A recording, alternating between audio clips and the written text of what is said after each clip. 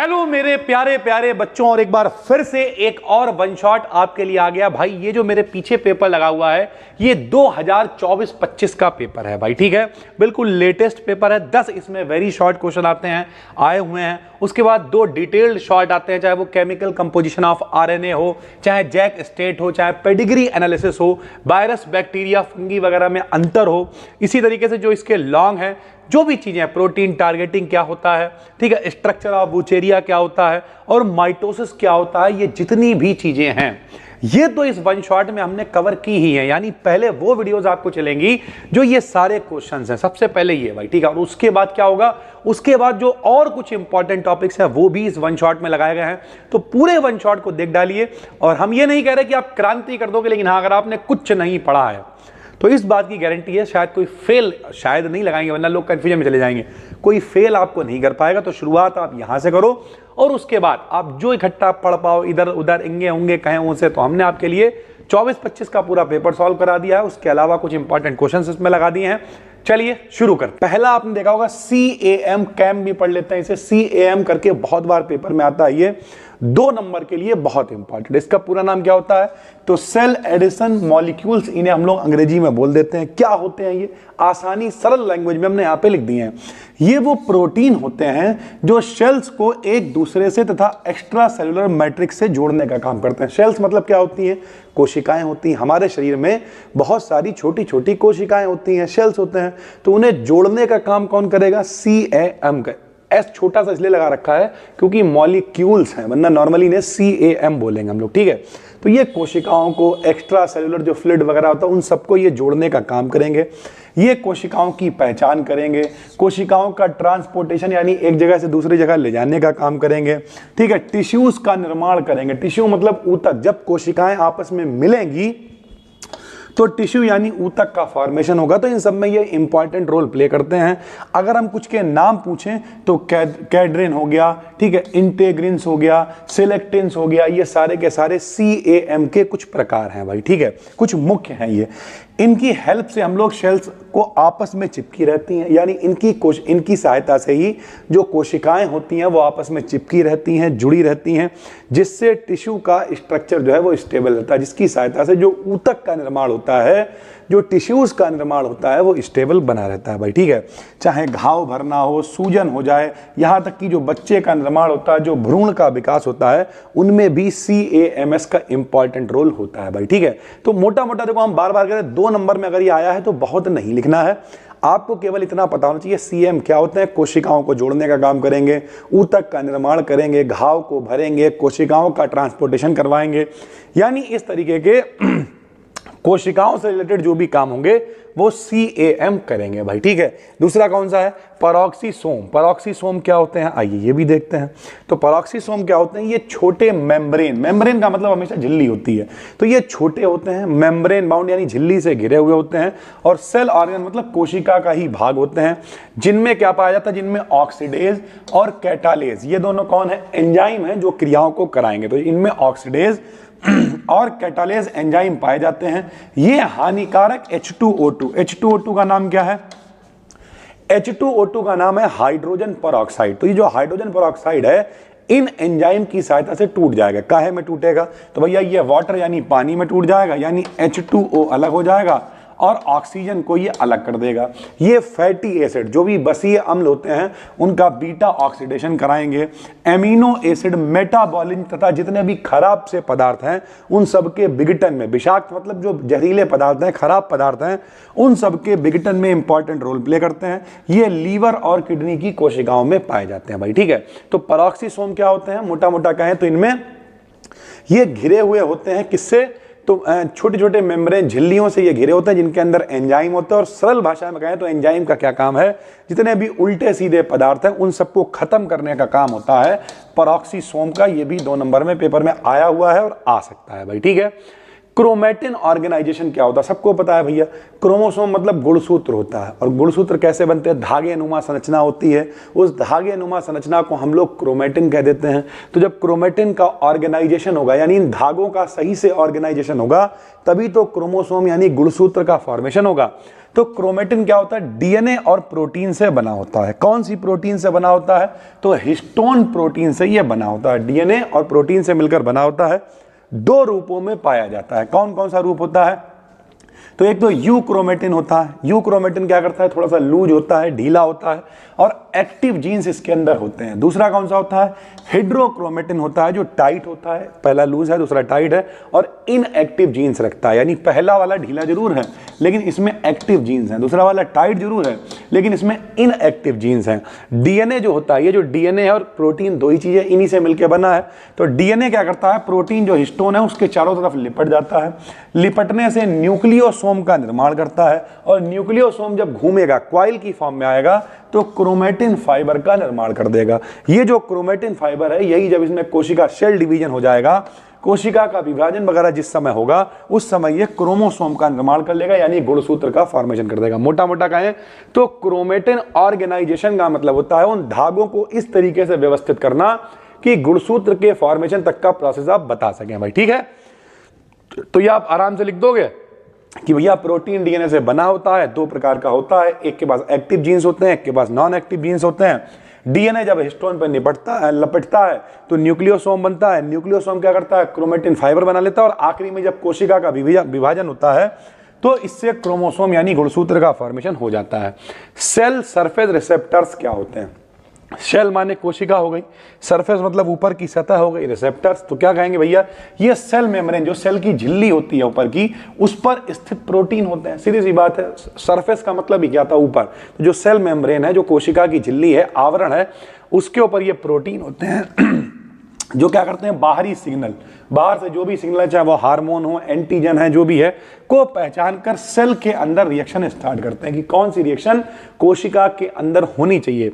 ये तीन प्रकार के होते हैं। पहला कौन सा होता है, तो आयन चैनल लिंक्ड होता है, दूसरा जी प्रोटीन कपल्ड होता है, और तीसरा एंजाइम लिंक्ड रिसेप्टर्स होते हैं। तीन तरीके के ये होते हैं। क्या करते हैं, तो हमारे शरीर में ग्रोथ में जितना भी जो कोशिका की ग्रोथ हो रही है, जो बॉडी की इम्यूनिटी है, मेटाबॉलिज्म है, और जो कम्युनिकेशन है, इन सब कार्यों को इनका नियंत्रित करने का काम होता है। इनकी खराबी से कई सारी बीमारियां हो सकती हैं। तो आप कैसे याद रखोगे, सेल सरफेस कोशिका की सतह के ऊपर पाए जाते हैं, और बाहर से जो भी आएंगे उन्हें रिसीव करेंगे सिग्नल्स को, और बताएंगे कि क्या रिएक्शंस होनी चाहिए। तो वो रिएक्शंस चाहे कम्युनिकेशन हो, इम्यूनिटी हो, ग्रोथ हो, इन सब में ये लोग इंपॉर्टेंट रोल प्ले करते हैं। तीन तरीके के होते हैं। फिर है mono hybrid cross. Mono hybrid का मतलब क्या, हाइब्रिड का मतलब क्या, संकरण। भैया हम लोगों ने 9th 10th क्लास में पढ़ा है मेंडल का नियम। मान लिया कोई लंबा पौधा है, कोई बौना पौधा है, तो जो इनका बच्चा होगा वो लंबा होगा लेकिन वो हाइब्रिड होगा, संकर लंबा कहलाएगा। ठीक, कैसा कहलाएगा, संकर लंबा मतलब हाइब्रिड टॉल कहलाएगा, क्योंकि लक्षण तो उसमें दोनों के ना, लंबेपन बौनेपन के।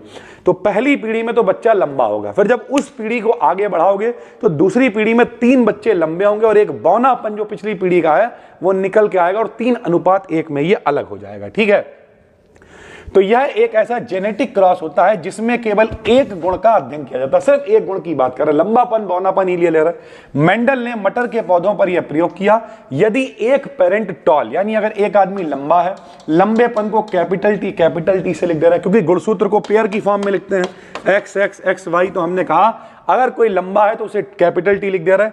दूसरा डॉर्फ यानी कोई बौना है, उसे स्मॉल टी लिख दे रहा है। तो पहली पीढ़ी में जो सभी होंगे वो लंबे पैदा होंगे। क्यों लंबे होंगे, क्योंकि मान लिया ये कैपिटल टी पापा है, स्मॉल टी मम्मी है, इनसे कैपिटल टी मिला, इनसे स्मॉल टी मिला। अब इसमें दोनों लक्षण हैं, लेकिन मेंडल ने कहा पहली पीढ़ी में वो लक्षण दिखेगा जो प्रभावी होगा, और लंबेपन और बौनेपन पे लंबापन प्रभावी लक्षण। आप कभी देखना एक लंबा चौड़ा आदमी, ये समाज का भी रूल है, एक लंबा चौड़ा कायदे का आदमी आपसे बात करे, आप उससे घबराओगे भी, बात भी मानोगे।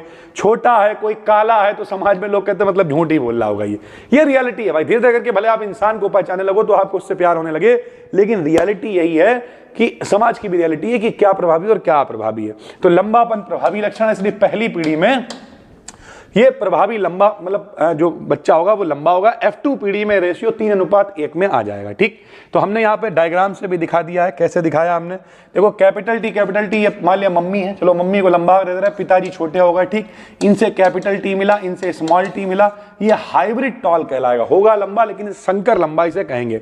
फिर ये जो कैपिटल टी स्मॉल, ये हाइब्रिड टॉल वाला, अगर इसका अगली पीढ़ी में चलोगे तो अगली पीढ़ी में देखो capital T small T, capital T small T.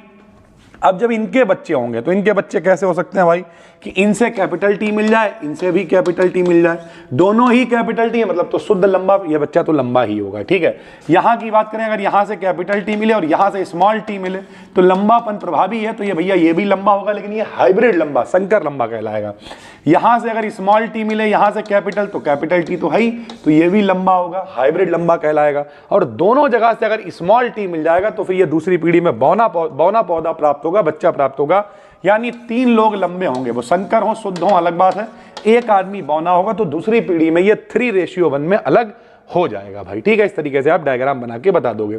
Sex influenced and sex limited traits क्या होते हैं, तो बहुत ही आसान है।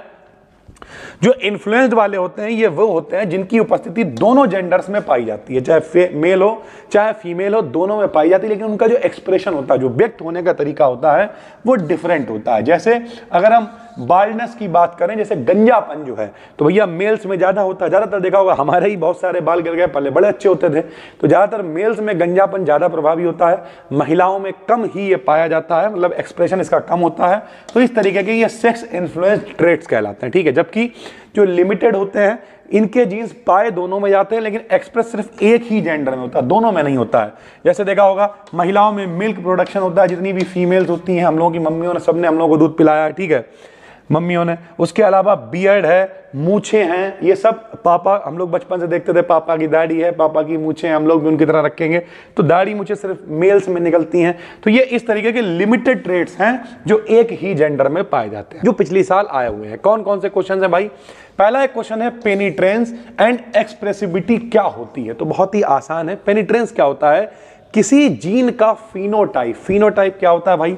सरल भाषा में जीन के जो लक्षण आसानी से दिखाई दे जाते हैं उन्हें फिनोटाइप कह देते हैं भाई। ठीक है, तो किसी जीन का फिनोटाइप एक्सप्रेस होने की संभावना को पेनिट्रेंस कहते हैं। यानी जो लक्षण आपको दिख रहे हैं वो क्या दिख भी रहे हैं या नहीं दिख रहे हैं, कि किसी किसी में पतला लक्षण दिखाई दे रहे हैं, किसी किसी में लक्षण दिख ही नहीं रहे हैं, तो लक्षणों के दिखने की जो संभावना है उसे ही हम लोग कहते हैं पेनिट्रेंस। ठीक है, अर्थात कितने प्रतिशत इंडिविजुअल्स में वे जीन दिखाई देते हैं भाई। ठीक, इंडिविजुअल्स मतलब कौन कौन से ऐसे वो जीव हैं जिनमें वो जीन्स हमें दिखाई देंगे, उसे हम लोग कह देंगे पेनिट्रांस, उसकी परसेंटेज को भाई। ठीक, तथा किसी जीन द्वारा फिनोटाइप कितनी तीव्रता से या किस स्तर पर व्यक्त होता है, और जब वो दिखेगा तो उसका लेवल कितना होगा और कितनी तेजी से वो दिखाई देगा, इसे हम लोग एक्सप्रेसिविटी कहेंगे। एक्सप्रेस का मतलब ही क्या होता है? व्यक्त होना। तो आप ऐसे करके याद रख सकते हो कि जितनी तेजी से वो एक्सप्रेस होगा, व्यक्त होगा, उसे ही हम लोग कहेंगे एक्सप्रेसिविटी। और पेनिट्रेंस क्या होगा? जो संभावना है उसके दिखाई देने की, उस लक्षण के, फिनोटाइप के दिखाई देने की जो संभावना होती है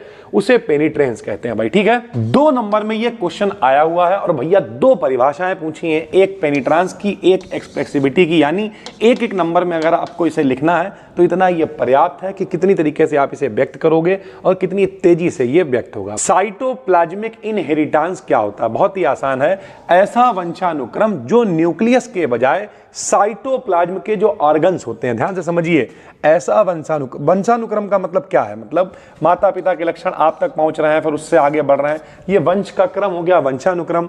अगर ये न्यूक्लियस से ना बढ़े बल्कि जो साइटोप्लाज्म के ऑर्गन्स हैं, कौन कौन से होते हैं? जैसे माइटोकॉन्ड्रिया होता है, क्लोरोप्लास्ट होता है, इन सब के जरिए नियंत्रित होते हैं जीन्स में, तब हम लोग उसे साइटोप्लाज्मिक इनहेरिटेंस कहते हैं। ध्यान से समझिए, माता पिता के लक्षण आप तक कैसे पहुंचे हैं? तो सरल भाषा में लोग कहते हैं कि माता पिता के जो जीन्स हैं वही तो गुणसूत्र। अरे मम्मी के पास गुणसूत्र कितने हैं?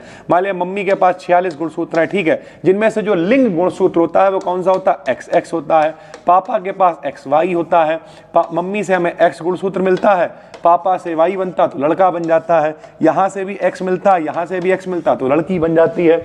ओवरऑल बात करें तो जो गुणसूत्र माता पिता से हमें मिलते हैं उन्हीं के ऊपर क्या होते हैं, जीन्स होते हैं, और उन जीन्स से ही जो माता पिता के लक्षण है वो हम तक पहुंचते हैं।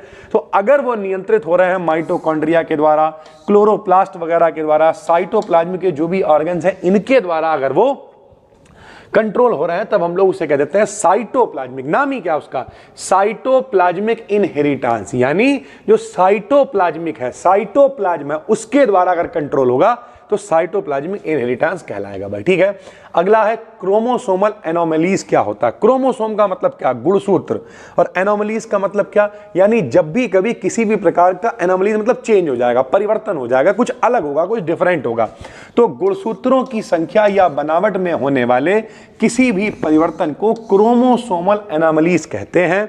जैसे भैया डाउन सिंड्रोम हो जाता है, टर्नर सिंड्रोम हो जाता है, इस तरीके की जो बीमारियां होती हैं उनमें होता क्या है, मनुष्य में गुणसूत्रों की संख्या कितनी होती है भाई, 46 होती है। पता चला एक गुणसूत्र गड़बड़ हो गया, 45 रह गई। पता चला एक एक्स्ट्रा गुणसूत्र बन गया, 47 हो गई। और इस तरीके की बीमारियां हो जाती हैं। और कई बीमारियां ऐसी होती जिनमें पता चला आंखें बड़ी हो गई, कद छोटा रह गया, व्यक्ति मंदबुद्धि हो गया, खोपड़ी बड़ी हो गई। इस तरीके की बहुत सारी बीमारियां होती हैं जो गुणसूत्रों के एनोमलीज यानी अलग अलग तरीके से डिफरेंट तरीके से चेंजेस के कारण हो जाती हैं भाई। ठीक है, तो ये सारे क्वेश्चन 2-2 नंबर में पूछे गए हैं। अगला क्वेश्चन है प्लाज्मोडियम। मेरे भाई प्लाज्मोडियम हमने आपको लॉन्ग में कराया हुआ है, ये 25 नंबर लॉन्ग तक में आ जाता है। इसका लाइफ साइकिल क्या है, कैसे फैलता है, इसके होस्ट क्या है, सब कुछ लॉन्ग में कराया हुआ है जो प्लेलिस्ट में आपको मिल जाएगा। ठीक भाई, शॉर्ट में अगर 2 नंबर में आ जाए तो पूरी कहानी थोड़ी लिखनी है, तो आप लिख दोगे प्लाज्मोडियम क्या होता है, एक पैरासिटिक प्रोटोजोआ होता है। उसमें हमने बताया हुआ था आपको, प्रोटोजोआ है जो क्या करेगा, इसी के कारण मलेरिया रोग होता है भाई। ठीक, और मलेरिया रोग फैलता कैसे है, तो जो मादा एनोफिलीज मच्छर होता है यानी जो फीमेल मच्छर होता है इसी के कारण बनता है। और इसका प्रसार किसके द्वारा होता है, जो फीमेल मच्छर होता है, फीमेल एनाफिलीज मच्छर होता है, उसके द्वारा मलेरिया रोग फैल जाता है। 2 नंबर में अगर पूछेगा तो आपको बहुत नहीं लिखना होता है, 3, 4, 5 लाइनें आप लिखोगे और आपको आराम से नंबर मिल जाएंगे। 20 नंबर लॉन्ग में ये क्वेश्चन आ जाएगा। 75 का आपका पेपर होता है। अकेली एक वीडियो आपको पास करा सकती है, तो अगर आप कहीं तैयारी कर रहे हो, कुछ और कर रहे हो, तो सिर्फ एक ये वीडियो भी आपको पास करा सकती है। तो चलिए शुरू करते हैं भाई। सबसे पहले समझते हैं प्लाज्मा मेम्ब्रेन होता क्या है। प्लाज्मा मतलब, प्लाज्मा मेम्ब्रेन माने झिल्ली होती है, पिन्नी होती है भैया। ठीक है, तो हमने क्या लिखा, हमने लिखा ये बहुत पतली सी लचीली यानी फ्लेक्सिबल एक सेमी परमेबल मेम्ब्रेन होती है। यह जंतुओं की सभी कोशिकाओं का जो कोशिका द्रव्य होता है, कोशिका समझते हो, सेल समझते हो, हमारी जो बॉडी है वो छोटे छोटी कोशिकाओं से मिलकर बनी है। कोशिकाओं के समूह को ऊतक यानी टिश्यू कहते हैं। यानी ओवरऑल बात करें, हमारा शरीर काहे से मिलकर बना है, सेल्स से, कोशिकाओं से मिलकर बना है। उस कोशिका के अंदर जो कोशिका द्रव्य है, जो साइटोप्लाज्म है, उसे कैसे रोकोगे यार, कोई पन्नी से, कोई झिल्ली से, कोई बाउंड्री से रोकोगे ना। जैसे ये क्लास है, इस क्लास के अंदर सीटें पड़ी हैं, यहाँ पर डिजिटल बोर्ड लगा हुआ है, ये कैमरा लगा हुआ है, ये पंखा लाओ रे, ये लाओ रे, वो लाओ रे, लेकिन ये सब कहाँ है, सब इस क्लास के अंदर है ना भाई। तो इस क्लास की जो भैया ये प्लाज्मा मेम्ब्रेन जो है वो क्या हो जाएगी, ये जो दीवारें यहां से वहां तक उठी हुई हैं, ये इस क्लास की प्लाज्मा मेम्ब्रेन कहलाएगी। तो प्लाज्मा मेम्ब्रेन का मोटा मोटा काम क्या है कि हमारी जो बॉडी है वो कोशिकाओं से मिलकर बनी है। उस कोशिका का जो कोशिका द्रव्य है, इंग्लिश में शब्द इस्तेमाल करते हैं साइटोप्लाज्म है, का सीमांत यानी उसे इकट्ठा करने के लिए उसकी सीमा, उसकी बाउंड्री क्या है, प्लाज्मा मेम्ब्रेन कहलाती है। ये प्लांट्स में भी होती है और एनिमल्स में भी होती है। 9th क्लास में पढ़ा दिया जाता है जंतु कोशिका, पादप कोशिका, यानी जो जंतु हैं उनमें भी सेल्स होते हैं भाई। ठीक है, और जो प्लांट्स हैं उनमें भी सेल्स होते हैं। प्लांट और एनिमल दोनों सेल्स में ये पाई जाएगी, क्योंकि कोशिकाएं दोनों में पाई जाती हैं, तो उनमें कोशिका द्रव्य भी पाया जाएगा। कोशिका द्रव्य पाया जाएगा तो जाहिर सी बात इस मेम्ब्रेन की जरूरत पड़ेगी, क्योंकि ये उसकी बाउंड्री है भाई। ठीक है, ultra structure of plasma membrane समझो भैया। अब इसका स्ट्रक्चर हम लोग कैसे करके लिखेंगे, तो बहुत आसान है। कई सारे मॉडल प्रस्तुत किए गए जो कि बहुत आसान है, समझो भाई। पेपर में 25 नंबर में आएगा। 25 नंबर इन द सेंस क्या है, कम से कम आपको 4 से 5 पन्ने का इसे लिखना पड़ेगा। तो हमने आपको दिया भी उस हिसाब से ही है कि आप एक बार अपने हिसाब से समझ लोगे और 4-5 पन्नों में आराम से लिखाओगे। अल्ट्रा स्ट्रक्चर क्या है, तो अभी आपको ऊपर बता चुके हैं, ये एक सेमी परमेबल मेम्ब्रेन होती है। अच्छा, मेम्ब्रेन तो झिल्ली हो गई, सेमी परमेबल क्या होता है, अर्ध पारगम्य। समझो जरा, अर्ध मतलब आधी चीजों को जाने दे, ध्यान से समझना। जो घुलता है वो विलय, जिसमें घुलता है विलायक और मिला के बनता विलयन। जैसे चीनी घुली तो चीनी क्या है, विलय है, सॉल्यूट है। किसमें घुली, पानी में, तो पानी क्या है, विलायक है, सॉल्वेंट है। क्या बना, शरबत, तो शरबत क्या है, विलयन है। तो जो घुलता है वो विलय, जिसमें घुलता है विलायक। तो जो आधे, विलय और विलायक दोनों को जाने नहीं देगी, जो आधे पार्टिकल्स को जाने देगी, आधों को नहीं जाने देगी, उसे क्या कहेंगे? सेमी परमेबल मेम्ब्रेन कहते हैं, अर्ध पारगम्य झिल्ली कहते हैं। इसकी थिकनेस अलग अलग सेल्स के लिए अलग अलग होती है, अलग अलग कोशिकाओं के लिए थिकनेस अलग अलग होगी भाई। ये प्रोटीन और फैट, फैट मतलब लिपिड, बसा कहते हैं, तेल, घी, ये सब, तो ये प्रोटीन और फैट से मिलकर बनी होती है। इसके स्ट्रक्चर के कुछ सिद्धांत निम्न है भाई। पहली बात तो इस चैनल को सब्सक्राइब करके रख लो भैया, हम आपको भरोसा दिलाते हैं बेहतरीन माहौल बनाओगे। प्लस डिस्क्रिप्शन में टेलीग्राम चैनल का लिंक मिल जाएगा, उसे ज्वाइन कर लो। जैसे ही वीडियो पब्लिक होगी ये पीडीएफ आपको फ्री में टेलीग्राम पे दे देंगे, BDKDN BSc पे भैया, ठीक है। तो कुछ सिद्धांत है। पहला सिद्धांत क्या है? पहला सिद्धांत है lipid lipid by layer model. By layer का मतलब कितनी? 2 लेयर बनेंगी। तो काहे की 2 लेयर होंगी? लिपिड की होंगी। यह मॉडल 1902 में ओवर्टन ने दिया था। इनके अकॉर्डिंग फैट की डबल लेयर प्लाज्मा मेम्ब्रेन का फॉर्मेशन करती है। यानी ओवर्टन ने क्या कहा? देखो भैया, ओवर्टन ने कहा ये ओवर्टन ने क्या कहा कि जो भैया ये प्लाज्मा मेम्ब्रेन है ये फैट की डबल लेयर होती है भैया, ठीक है। ये देखिए भाई, डबल लेयर प्लाज्मा मेम्ब्रेन का फॉर्मेशन करती है। तो इस मॉडल में कुछ बहुत कठिन नहीं है, आपके दिमाग में रहेगा कि डबल लेयर मॉडल हमने पढ़ा है भाई। डबल लेयर मॉडल क्या होगा कि जो फैट होगा, जो लिपिड होगा, उसकी डबल लेयर बनेगी और प्लाज्मा बनेगी। ट्राई लेयर मॉडल क्या होता है? नाम से ही पता चल रहा है, ट्राई लेयर, 3 लेयर बनेंगी इसमें। तो इसमें क्या बताया गया? इसके अकॉर्डिंग यह 75 एंगस्ट्रॉम से 215 एंगस्ट्रॉम तक, एंगस्ट्रॉम समझते हो भैया, दूरी को नापने का मात्रक होता है। तो 75 एंगस्ट्रॉम से 215 एंगस्ट्रॉम तक मोटी होती है। इलेक्ट्रॉन माइक्रोस्कोप से देखने पर इसमें 3 लेयर दिखाई देती है भाई, ठीक है। पहली लेयर क्या होती है? पहली लेयर प्रोटीन की होती है जो 20 से 25 एंगस्ट्रॉम होती है, बाहर की तरफ होती है। दूसरी लेयर बीच में होती है जो 30 से 35 एंगस्ट्रॉम मोटी होती है और फैट की बनी होती है। समझो, पहली लेयर प्रोटीन की है, दूसरी लेयर फैट की, और तीसरी लेयर प्रोटीन की बनी इंटरनल होती है, यह भी 20 से 25 एंगस्ट्रॉम मोटी होती है। ओवरऑल बात करें तो भैया जब डबल लेयर की बात करी तो दोनों लेयर काहे की बनी हुई है? फैट की बनी हुई है। जब ट्रिपल लेयर की बात कर रहे हैं तो ट्रिपल लेयर में जो बाहरी लेयर है वो प्रोटीन की है, जो बीच वाली है वो फैट की है, और जो अंदर वाली है वो प्रोटीन की है। ये 20 से 25 एंगस्ट्रॉम है, और जो बीच वाली है वो 30 से 35 एंगस्ट्रॉम मोटी होती है। एक बार आप पढ़ लोगे, आराम से लिख दोगे, कोई काबिलपंती वाली बात नहीं है। उसके बाद यूनिट मेम्ब्रेन कॉन्सेप्ट भी दिया गया। यूनिट मतलब क्या होता है? एक। तो रॉबर्टसन ने प्लाज्मा मेम्ब्रेन की ट्रिपल लेयर स्ट्रक्चर को यूनिट सेल कहा। समझो, उन्होंने कहा ये जो ट्रिपल लेयर स्ट्रक्चर है ये सब मिला के पूरा एक है, यूनिट सेल इसे कहा। उन्होंने बताया कि सेल के अंदर पाए जाने वाले जितने भी ऑर्गन होते हैं, ऑर्गन समझते हो, जितने भी पार्ट्स होते हैं, जितने भी अंग होते हैं, कि मेम्ब्रेन ट्रिपल लेयर्ड होती है, अर्थात डिफरेंट ऑर्गन, जैसे गाल्जी काय है, गाल्जी बॉडी बोलते हैं, माइटोकॉन्ड्रिया है, ईटीसी यूनिट मेम्ब्रेन की बनी होती है। यानी इन्होंने क्या किया? एक लेवल और ऊपर चले गए।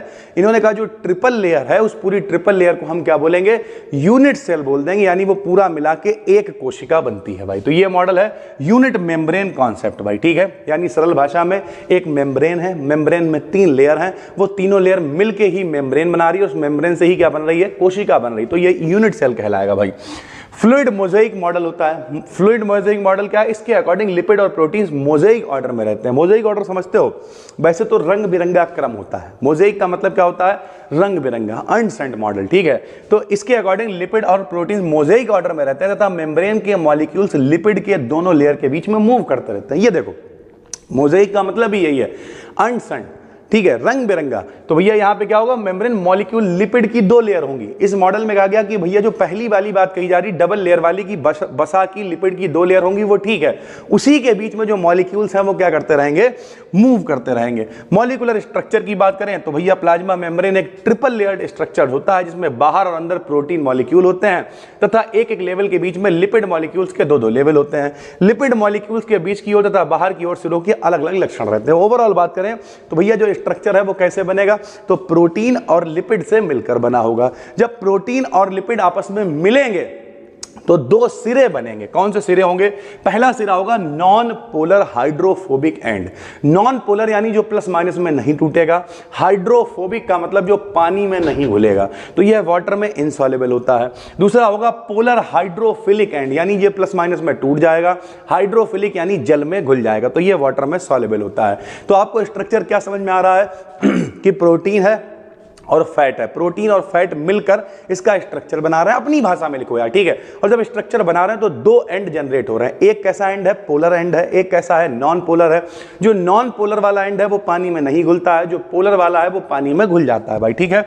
लिपिड मॉलिक्यूल का non polar and fatty acid के दो मॉलिक्यूल से बना होता है। अब समझो, दो एंड है, एक नॉन पोलर एक पोलर, तो जो नॉन पोलर वाला है वो फैटी एसिड से बना होता है, बसीय अम्लों से बना होता है। और आपको पता है जहां कहीं भी अम्ल की बात आ जाती है वहां पर कौन सा ग्रुप होता है, COOH यानी एसिड समूह होता है। तो भैया जो नॉन पोलर वाला ग्रुप है वहां पर एसिड समूह होगा, और इस एसिड समूह के जरिए ही तथा उनके COOH ग्रुप द्वारा ग्लिसरॉल से जुड़ा होता है। तो जो नॉन पोलर ग्रुप है वो फैटी एसिड के अंदर COOH है, उसकी सहायता से, समझो नॉन पोलर वाला एंड किससे जुड़ा हुआ है, COOH की सहायता से ग्लिसरॉल से जुड़ा होता है। और ग्लिसरॉल का दूसरा एंड पोलर एंड से जुड़ा होता है, यानी इधर हो गया नॉन पोलर, इधर हो गया पोलर, बीच में हो गया ग्लिसरॉल, ये इससे जुड़ा है, ये इससे जुड़ा है। इस तरीके का पूरा कॉन्सेप्ट क्रिएट होता है। प्लाज्मा मेम्ब्रेन में दो प्रकार के प्रोटीन्स होते हैं, एक इंट्रिंसिक प्रोटीन होता है, एक फैटी लेयर, जो कि फैटी लेयर में बिखरे रहते हैं। जो भी लिपिड वाला सिस्टम है उसमें पूरा इंट्रिंसिक मतलब क्या होता है, इंट्रिंसिक मतलब आंतरिक, और एक्सट्रिंसिक मतलब बाहरी, ठीक है। जबकि क्या होता है, एक्सट्रिंसिक प्रोटीन जो कि बाहरी आवरण बनाता है, इंट्रिंसिक का मतलब ही होता है अंदर वाला। तो जो इंट्रिंसिक प्रोटीन होगा वो अंदर जो फैट वाली लेयर है, लिपिड वाली लेयर है, उसमें फैला रहेगा। एक्सट्रिंसिक का मतलब बाहरी, तो ये बाहरी कवर बनाएगा, आवरण बनाएगा, प्लाज्मा मेम्ब्रेन का निर्माण करेगा भैया, ठीक है। लास्ट में बात करें तो केमिकल कंपोजिशन क्या होगा, तो भैया इसमें प्रोटीन होती हैं। प्रोटीन कितनी होती है, ये प्लाज्मा मेम्ब्रेन का मेन पार्ट बनाती है। प्रोटीन से ही, अभी हमने आपको बताया, बाहर वाली लेयर भी प्रोटीन से ही बनती है। आरबीसी की प्लाज्मा में, आरबीसी समझते हो, रेड ब्लड सेल की जो प्लाज्मा होती है मेम्ब्रेन, उसमें 60 से 80%, और जो लीवर की प्लाज्मा होती है उसमें 80% तक प्रोटीन होती है, यानी 80% तक प्रोटीन्स होती हैं जो प्लाज्मा अपने पास झिल्ली होती है। लिपिड की बात करें तो प्लाज्मा मेम्ब्रेन में 20 से 40% फैट यानी लिपिड होता है, और कार्बोहाइड्रेट बहुत कम होते हैं, लगभग सेल्स में 5% ही कार्बोहाइड्रेट पाए जाते हैं। फंक्शंस की बात करें तो ये जितने भी जीव द्रव्य हैं, साइटोप्लाज्म है, उनका प्रोटेक्शन करता है, उन्हें इकट्ठी करती है, उन्हें बचाती है, टिश्यू फॉर्मेशन यानी ऊतक का निर्माण करती है, कोशिकाएं मिलकर आपस में टिश्यू बनाती हैं, वाटर को एब्जॉर्ब करती है, जो पानी है उसे एब्जॉर्ब करने का काम करती है, और सेल को स्पेसिफिक बनाती है। जो भी कोशिका है उसका क्या कार्य है, किस तरीके से वो चलती है, उसे स्पेसिफिक बनाने के ये काम में आती है भाई, ठीक है। तो केमिकल कंपोजिशन ऑफ आरएनए पिछले साल के पेपर में आया हुआ है। क्या होता है भैया, यानी इसका कंपोजिशन क्या है, ये किस तरीके से काम करता है, आपको ये बताना है। तो आरएनए का पूरा नाम क्या होता है भैया, राइबो न्यूक्लिक एसिड इसका पूरा नाम होता है। ये एक सिंगल स्ट्रैंडेड न्यूक्लिक एसिड होता है। सबको पता है जो डीएनए होता है, डीएनए का मतलब डीऑक्सी राइबो न्यूक्लिक एसिड, उसमें क्या होता है, डबल स्ट्रैंड बने होते हैं, और इस तरीके से बेस पाए जाते हैं जिनके बीच में हाइड्रोजन बॉन्ड बनता है।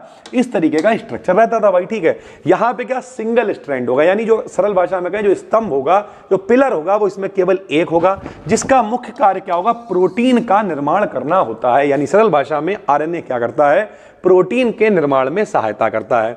इसका जो केमिकल कंपोजिशन है वो आप कैसे दिखाओगे, तो केमिकल कंपोजिशन में नंबर 1 सबसे पहले इसमें होती है पेंटोज शुगर, नाम ही है इसका राइबो न्यूक्लिक एसिड। इसमें राइबोज शुगर पाई जाती है, राइबोज शर्करा पाई जाती है। कौन सी पेंटोज शुगर होती है, तो राइबोज शुगर। पेंटोज का मतलब 5, जरा ध्यान से सुनिए, मेथ एथ प्रोप ब्यूट पेंट, पेंट का मतलब 5 कार्बन वाली शर्करा इसमें पाई जाएगी, ठीक है। तो आरएनए में कौन सी शर्करा होती है, राइबोज शर्करा पाई जाती है। और जाहिर सी बात है जो 2 वाला कार्बन होगा उस पर एक OH ग्रुप उपस्थित होता है। इसी कारण आरएनए जो है वो डीएनए से अधिक रिएक्टिव होता है और कम स्टेबल होता है। जाहिर सी बात है जो भी ज्यादा रिएक्टिव होगा उसकी स्टेबिलिटी कम होगी।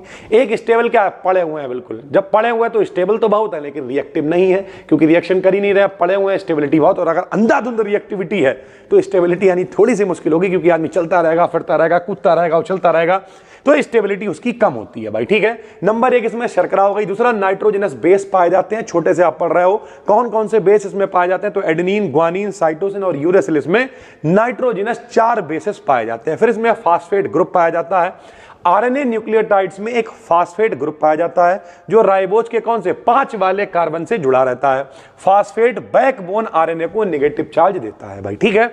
उसके बाद क्या हो जाएगा, न्यूक्लियोटाइड स्ट्रक्चर बनेगा। ऊपर हमने 3 चीजें लिखी हैं, कौन कौन बताओ। सबसे पहले इसमें शुगर है, राइबोज शर्करा है इसमें, ठीक है। फिर इसमें नाइट्रोजनस बेस है, फिर इसमें फास्फेट ग्रुप है। जब ये तीनों मिलेंगे तो न्यूक्लियोटाइड बनेगा, और जब बहुत सारे न्यूक्लियोटाइड बनेंगे तो उसे पॉलीन्यूक्लियोटाइड कह देंगे, और उससे न्यूक्लिक अम्ल का फॉर्मेशन हो जाएगा। तो शुगर, बेस, फास्फेट जब सब मिल जाते हैं तो न्यूक्लियोटाइड बना लेते हैं, और कई न्यूक्लियोटाइड आपस में मिलकर आरएनए की पूरी चेन यानी पॉलीन्यूक्लियोटाइड, उसी को हम आरएनए कह देते हैं भाई। ठीक है, आरएनए के टाइप की बात करें तो एमआरएनए होता है जिसे मैसेंजर आरएनए कहते हैं, टीआरएनए होता है जिसे ट्रांसफर आरएनए कहते हैं, आरआरएनए होता है जिसे राइबोसोमल आरएनए कह देते हैं भाई। ठीक है, सभी टाइप्स की केमिकल कंपोजिशन सेम रहती हैं, बस स्ट्रक्चर और फंक्शन अलग अलग होते हैं, यानी इनकी सबकी जो भी आरएनए का जो भी प्रकार है, सबके जो स्ट्रक्चर्स हैं उनमें थोड़ा थोड़ा फर्क होगा, लेकिन जो केमिकल कंपोजिशन है वो सभी की सेम होंगी, सभी में शुगर होगी। ठीक है, सभी में जो भी बॉन्ड बन रहे हैं वो सारे के सारे वैसे ही बन रहे होंगे, बस थोड़ा सा स्ट्रक्चर में फर्क आ जाएगा भाई। ठीक है, उसके बाद लास्ट में हमने लिख दिया अतः RNA ribose sugar 4 nitrogenous bases और फास्फेट से मिलकर बना होता है। लास्ट में कंक्लूड कर दिया कि भैया राइबोस शुगर होती है, नाइट्रोजनस बेस होते हैं और फास्फेट से मिलकर ये बना होता है, सिंगल स्ट्रैंडेड होता है, यानी सिंगल पिलर वाला ये न्यूक्लिक एसिड होता है जो जेनेटिक इंफॉर्मेशन को प्रोटीन सिंथेसिस तक पहुंचाता है, यानी जो प्रोटीन के निर्माण में सहायता करता है भाई। ठीक है, तो ये बहुत इंपॉर्टेंट है, पिछली साल के पेपर में आया हुआ है। प्रोटीन टारगेटिंग क्या होता है और सॉल्टिंग क्या होता है भैया। टारगेट का मतलब क्या, किसी निश्चित जगह पर पहुंचाना है प्रोटीन को, इसे प्रोटीन टारगेटिंग कहेंगे भाई। ये लॉन्ग में आता है, बहुत ही आसान तरीके से आपको समझा देंगे भाई। प्रोटीन टारगेटिंग का अर्थ है कि सेल का मतलब कोशिका में बनने के बाद प्रोटीन को उसकी प्रॉपर लोकेशन पर पहुंचाना, जैसे वो न्यूक्लियस हो सकता है, माइटोकॉन्ड्रिया हो सकता है, लाइसोसोम हो सकता है, प्लाज्मा मेम्ब्रेन हो सकता है, या फिर एक्स्ट्रा सेलुलर स्पेस हो सकता है। यानी ओवरऑल प्रोटीन के निर्माण के बाद उसे उसकी सही जगह पर भेजना ही प्रोटीन टारगेटिंग कहलाता है। अब इसका प्रोसेस है भाई, पूरा प्रोसेस लगेगा। क्या प्रोसेस है, तो सबसे पहले तो प्रोटीन को बनाना पड़ेगा, सिंथेसाइज करना पड़ेगा।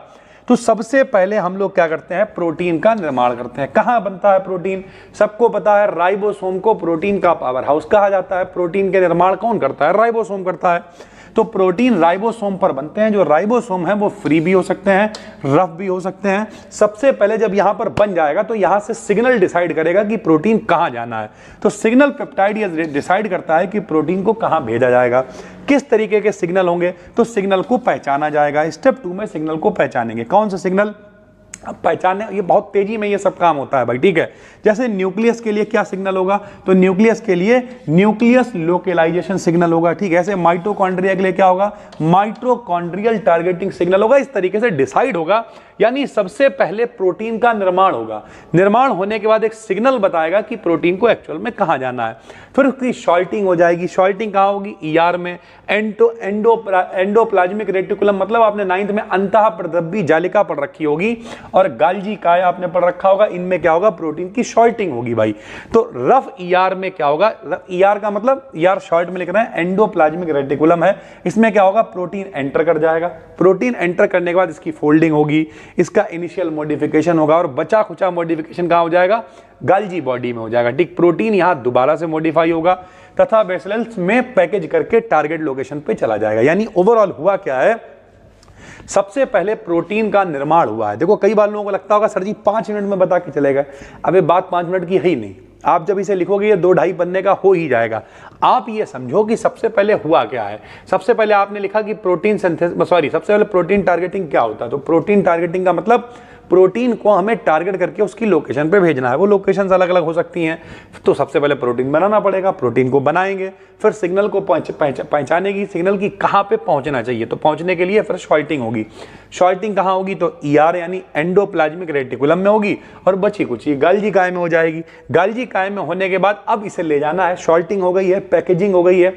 अब जब पैकेज हो गया है तो भैया जो वेसिकुलर्स हैं ये इसे लेके जाएंगे। ट्रांसपोर्ट का मतलब ले जाने वाला, ट्रांसपोर्ट मतलब जैसे हवाई जहाज है, ये ट्रांसपोर्ट है, हम लोगों को लेके जाता है। वैसे जो वेसिकुलर्स हैं ये इसके ट्रांसपोर्ट हैं, ये इसे लेके जाएंगे। प्रोटीन छोटे छोटे पैकेट्स में होगा जो राइट लोकेशन पर जाकर फ्यूज हो जाएगा, इसकी सहायता से पहुंच जाएगा।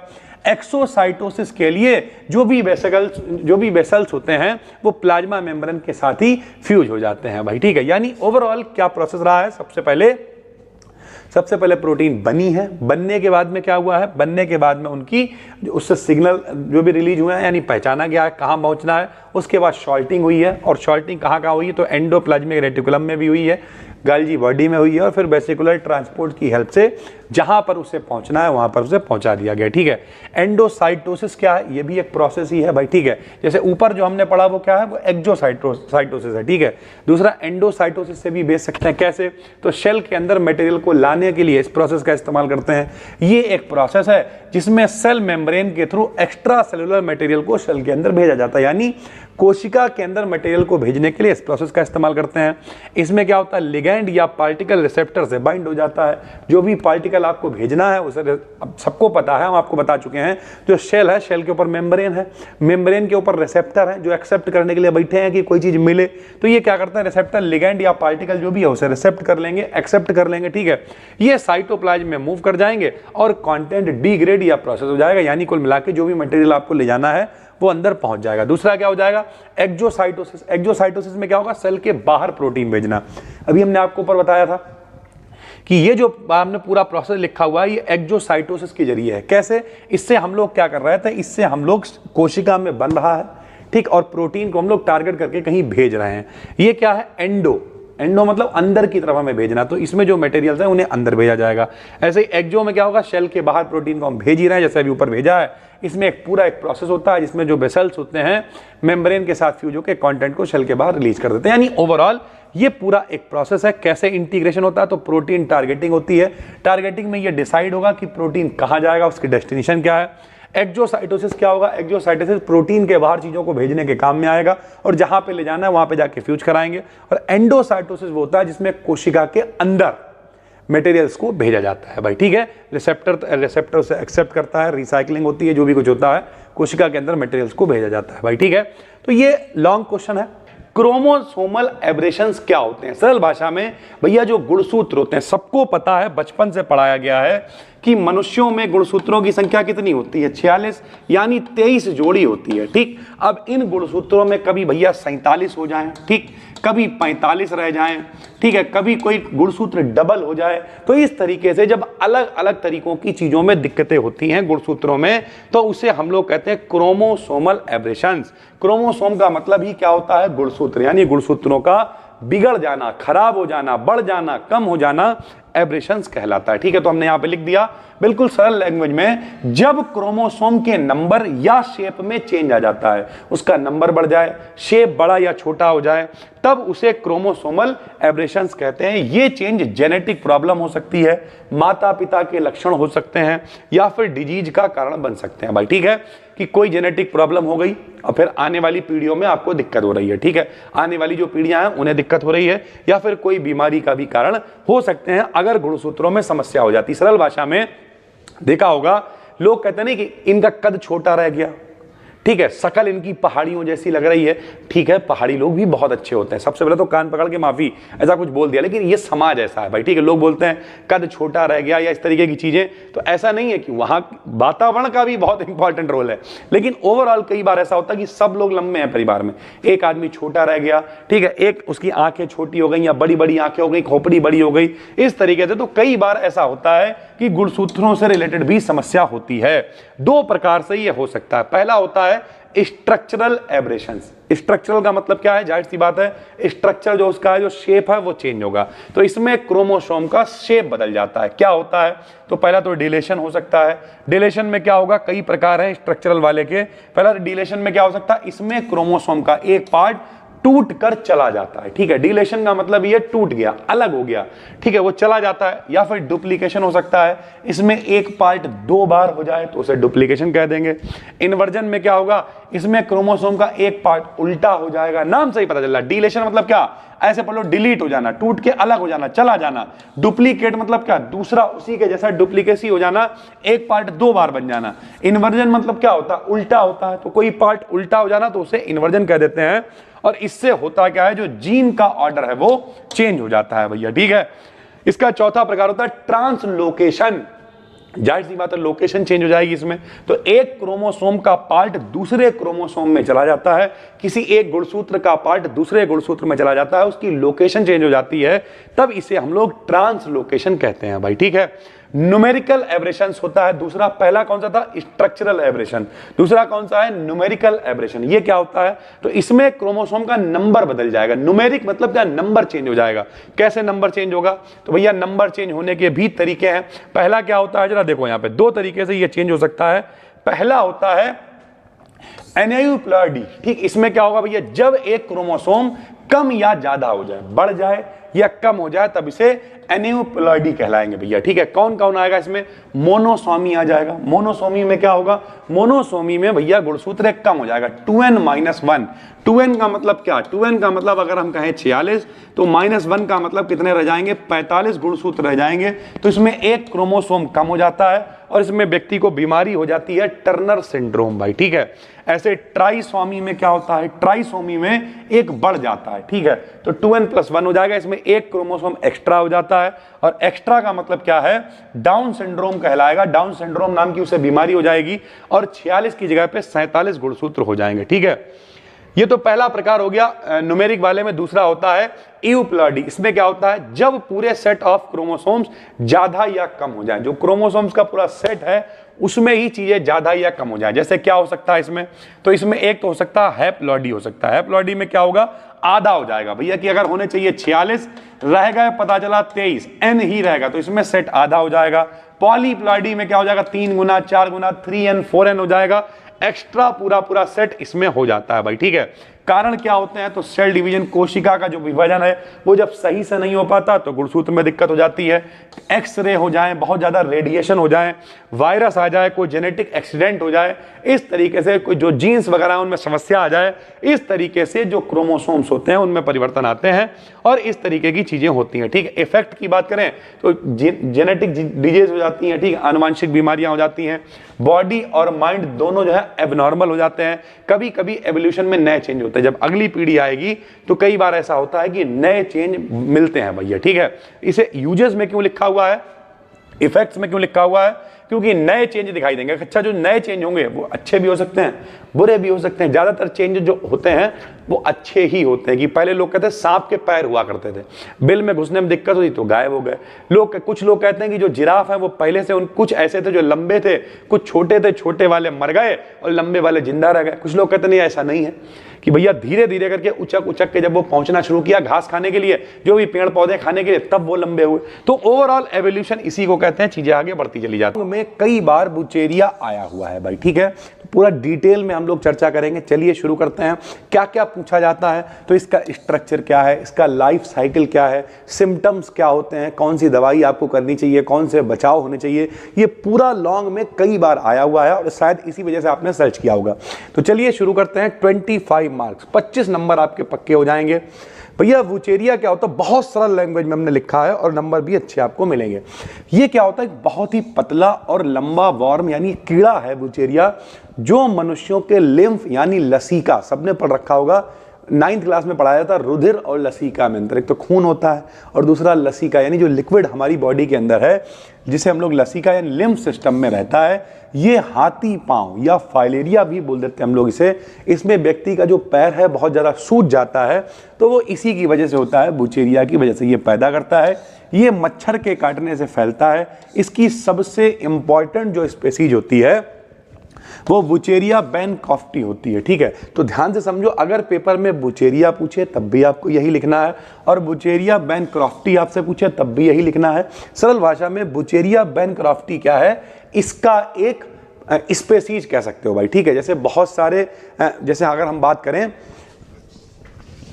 कि भैया बी डिकेडियन, ठीक है, और बी डिकेडियन में क्या आ जाता है? New true temple of education अपनी ऑफलाइन कोचिंग है। कैलिफोर्नियम इवेंट्स, अपना पहले हम लोग इवेंट वगैरह प्लान करते हैं तो सब कुछ बी डिकेडियन के अंदर ही आ जाता है ना। वैसे ही बुचेरिया पूरा क्या हो गया? एक ग्रुप हो गया और उसके अंदर जो स्पेसीज सबसे इंपॉर्टेंट है वो क्या आ जाएगी? बुचेरिया बैनक्रॉफ्टी आ जाएगी भाई। ठीक है, स्ट्रक्चर इसका पूछा गया है, तो स्ट्रक्चर में आप क्या लिखोगे? तो स्ट्रक्चर में हमने लिखेंगे जो एडल्ट वर्म होता है यानी जो बड़ा कीड़ा होता है, ये पतला होता है, सफ़ेद होता है और कैसा होता है? धागे जैसा होता है भाई। ठीक है, इसका जो मेल वाला पार्ट है, ठीक है, मतलब जो मेल वाला वॉर्म है वो छोटा होता है, और जो फीमेल वाला वॉर्म है वो कैसा होता है, बड़ा होता है। मेल वाला कितना, लगभग 4 सेंटीमीटर का, और फीमेल वाला लगभग कितना होता है, 10 सेंटीमीटर का होता है। जो मेल है भैया उसका लास्ट पार्ट थोड़ा सा मुड़ा हुआ होता है, जबकि जो फीमेल के यूट्रस होता है, ठीक है, सरल भाषा में जहाँ पे बच्चे का निर्माण होगा, में बहुत सारे छोटे छोटे लार्वा पाए जाते हैं भाई, ठीक। तो ये आप इसका स्ट्रक्चर लिख दोगे। 25 नंबर में है तो इसके बारे में पूरा डिटेल में लिखना पड़ेगा, तभी 25 नंबर आपको मिलेंगे। फिर माइक्रोफाइलेरिया के बारे में आपको समझना है। तो माइक्रोफाइलेरिया क्या होगा भाई, हमने आपको बताया स्ट्रक्चर में एक तो बड़ा कीड़ा हो गया, एडल्ट वर्म जो बड़ा है, और माइक्रो का मतलब जो छोटा कीड़ा, वो क्या है, तो ये बहुत छोटा होता है, ट्रांसपेरेंट होता है और पतला लार्वा होता है। इसके ऊपर एक कर्व होता है, ये रात के समय ब्लड में आता है भाई, ठीक। तो सबसे पहले आपने क्या लिख दिया, वुचेरिया क्या होता है, तो पतला लंबा कीड़ा है जो क्या करता है, हाथी पांव यानी जो फाइलेरिया रोग होता है उसे पैदा करता है, मच्छर के काटने से होता है। और इसकी स्पेसीज सबसे इंपॉर्टेंट क्या है, वुचेरिया बैनक्रॉफ्टी सबसे इंपॉर्टेंट स्पेसीज है। स्ट्रक्चर में हमने लिख दिया, जो एडल्ट वर्म है वो बड़ा होता है, मेल जो है वो छोटा होता है, फीमेल ज़्यादा बड़ा होता है। मेल लगभग 4 सेंटीमीटर का, फीमेल लगभग 10 सेंटीमीटर का होता है। मेल का लास्ट पार्ट घुमा हुआ होता है, और फीमेल में बहुत सारे लार्वा छोटे छोटे पाए जाते हैं फीमेल के यूट्रस में भाई, ठीक है। माइक्रोफाइलेरिया छोटा कीड़ा हो गया, ये बहुत छोटा होता है, रात के समय ब्लड में घुलता है, ठीक है, कवर्ड होता है, ट्रांसपेरेंट और पतला सा ये लार्वा होता है। लाइफ साइकिल की बात करें तो इसका लाइफ साइकिल 2 होस्ट में होता है। सीधी सी बात है, रहने के लिए कोई तो जगह चाहिए, तो 2 होस्ट में इसकी लाइफ साइकिल काम करती है। पहला तो मैन यानी जो मनुष्य है उसमें भैया ये अपनी जगह बनाएगा, और दूसरा फीमेल क्यूलेक्स मॉस्किटो जो होती हैं, सरल भाषा में जो फीमेल वाले मच्छर होते हैं, उनमें भी ये लाइफ साइकिल अपना बनाता है। तो मैन में कैसे होगा, तो जो भी एडल्ट वर्म है वो कहाँ होता है, लिम्फ वेसल्स में, जो लसिका वाली नलियां होती हैं उनमें रहता है।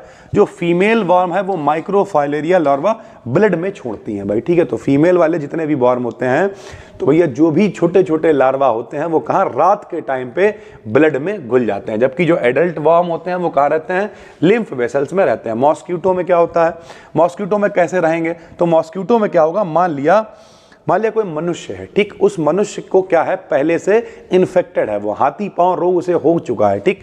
जब कोई मच्छर, जब मॉस्किटो इन्फेक्टेड इंसान का ब्लड पीता है, अब मच्छर ने उसे काटा, उसका खून पिया, तो माइक्रोफाइलेरिया उसके पेट में चला जाता है। क्यों चला जाएगा, क्योंकि अभी हमने आपको बताया माइक्रोफाइलेरिया कहाँ रहते हैं, ब्लड में रहता है रात के टाइम। अब रात के टाइम मच्छर आपका खून पी रहा है, तो खून पी रहा, खून के साथ में वो माइक्रोफाइलेरिया भी उसके पेट में चले जाते हैं, जहां इसके 3 स्टेजेस हो जाते हैं, L1, L2, L3 में बदल जाते हैं। जो L3 वाला लार्वा होता है वो सबसे खतरनाक होता है, जो इन्फेक्शन फैलाता है भाई, ठीक है।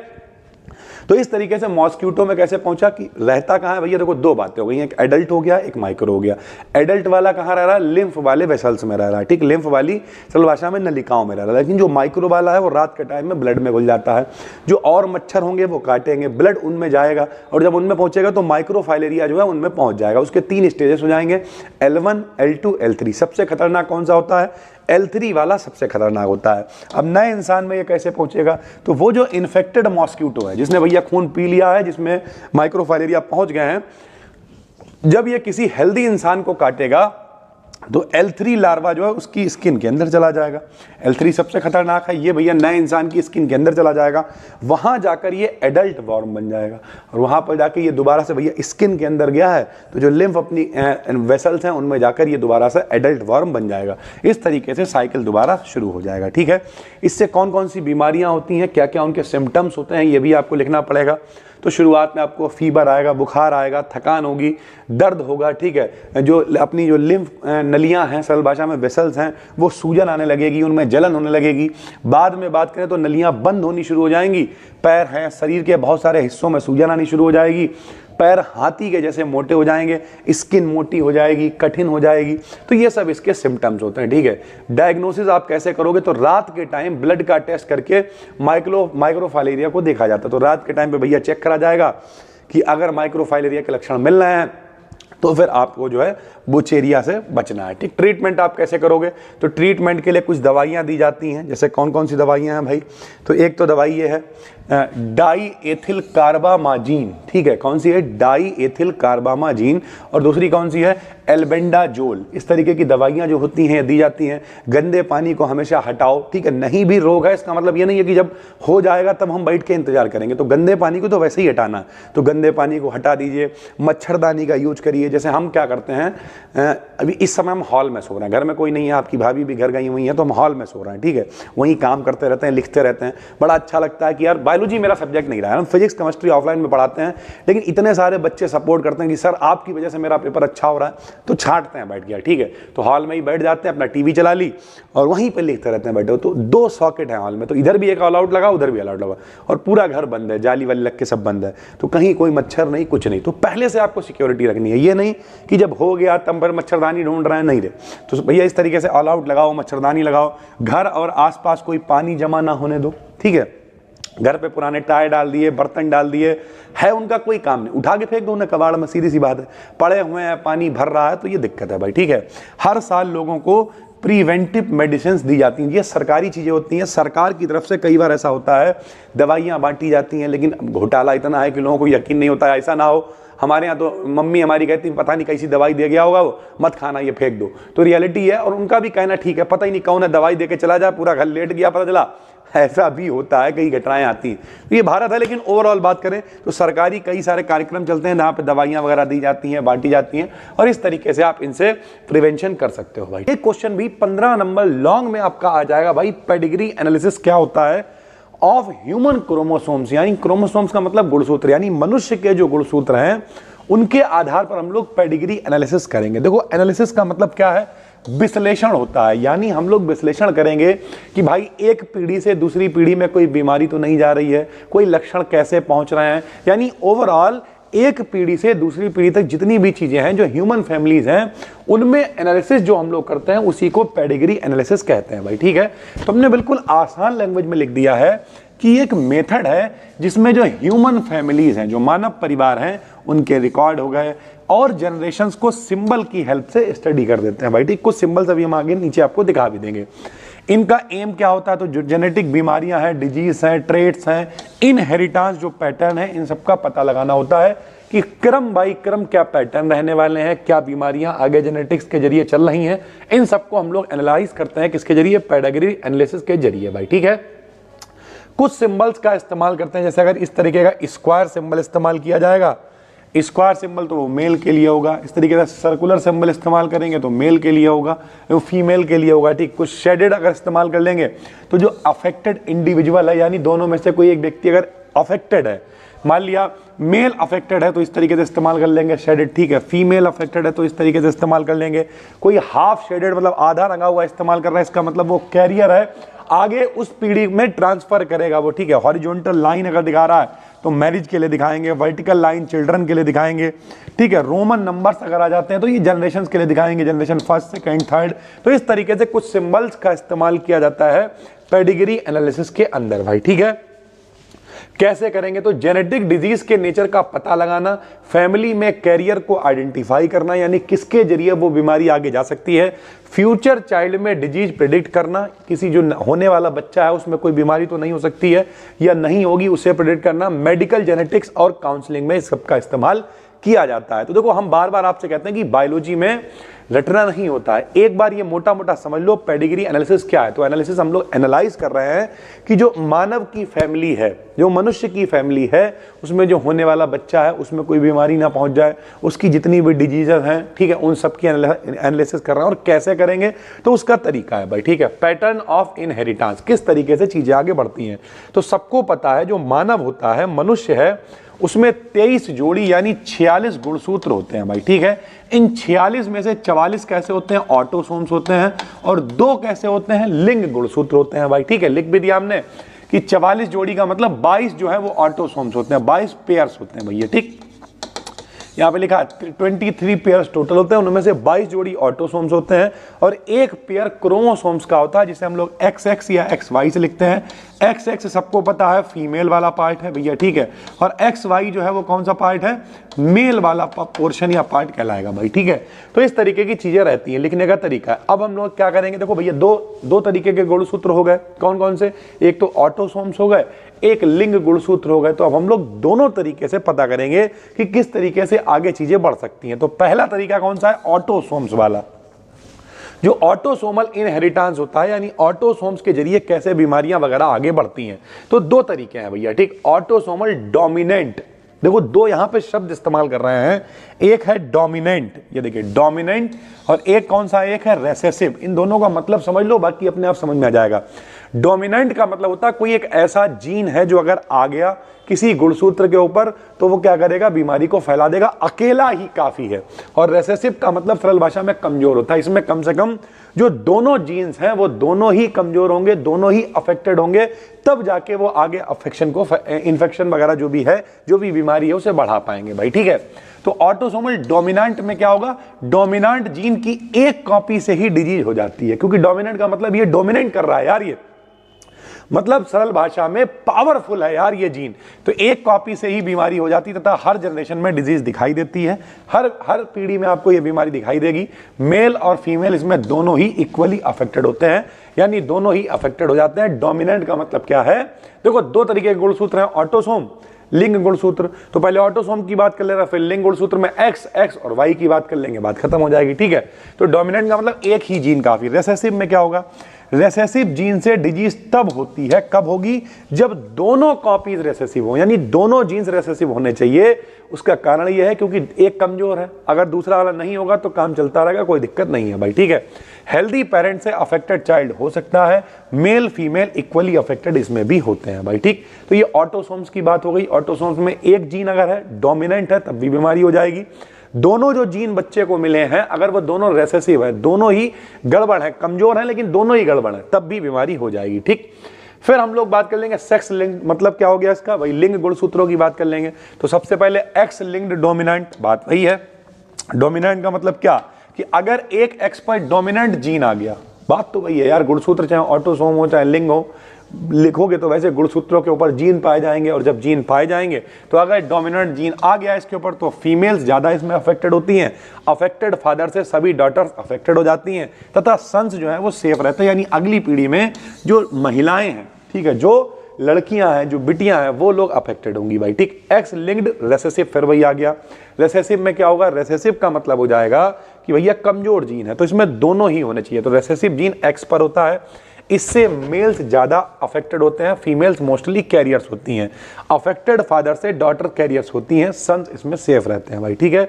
एक वाई लिंक्ड रह जाएगा, क्योंकि एक्स वाई महिलाओं में तो दोनों एक्स एक्स ही हैं, एक्स एक्स ही हैं। फीमेल में एक एक्स एक वाई, तो एक्स की बात हमने कर ही ली है, अब सिर्फ वाई की बात और कर ले रहा है। इसमें जीन कहाँ होगा भाई, वाई के ऊपर होगा, वाई अफेक्टेड कहलाएगा यार, ठीक है। तो जीन वाई के ऊपर होगा, सिर्फ मेल्स ही अफेक्टेड होंगे, क्योंकि महिलाओं में ये पाया ही नहीं जाता है, ठीक है। फादर से सभी सन्स जो है वो अफेक्टेड हो जाते हैं, जितने भी लड़कियां होंगे वो सारे के सारे इसमें अफेक्टेड हो जाएंगे, तो ये वाई वाला हो जाएगा भाई, ठीक है। लास्ट में माइटोकॉन्ड्रियल भी होता है। माइटोकॉन्ड्रियल में क्या होगा, जो जीन्स होंगे वो माइटोकॉन्ड्रिया में होंगे, और ये सिर्फ मदर में पाए जाएंगे। अफेक्टेड मदर से जितने भी बच्चे हैं वो सब अफेक्टेड हो सकते हैं, अफेक्टेड फादर से कोई भी अफेक्टेड इसमें नहीं होता, किसी को भी कोई फर्क नहीं पड़ता है भाई, ठीक है। तो इस तरीके से अगर कोई पूछे पेडिग्री एनालिसिस क्या है, तो किस तरीके से बीमारियां आगे बढ़ेंगी, किस तरीके से आप उन्हें डिनोट करोगे, क्या उनके सिंबल है, ये आप लिख दोगे। फिर दो तरीके गुणसूत्र हैं, ऑटोसोमल है, ठीक है, और दूसरा लिंग गुणसूत्र है। तो ऑटोसोमल में भी दोनों, या तो डोमिनेंट पूरा एक ही जीन ऐसा है जो बीमारी फैला देगा, या तो दोनों ऐसे हैं कमजोर लेकिन दोनों ही अफेक्टेड है तो वो बीमारी को फैला सकते हैं। सेक्स लिंग में एक एक्स हो गया जिसमें डोमिनेंट हो सकता है या फिर रेसेसिव हो सकता है, तो दोनों भी बात आएगी, क्योंकि महिला में भी एक्स है, पुरुष में भी एक्स है। वाई वाला सिर्फ पुरुष में ही है, तो इससे सिर्फ बच्चे ही अफेक्टेड होंगे, बच्चों में भी कौन से, लड़के अफेक्टेड होंगे भाई, ठीक है। और माइटोकॉन्ड्रियल में जितने भी बच्चे हैं सभी अफेक्टेड हो सकते हैं, लेकिन ये मम्मी से होंगे, पापा से बच्चे अफेक्टेड नहीं होंगे भाई, ठीक है। ये भी लॉन्ग क्वेश्चन है, पिछले साल आया हुआ है।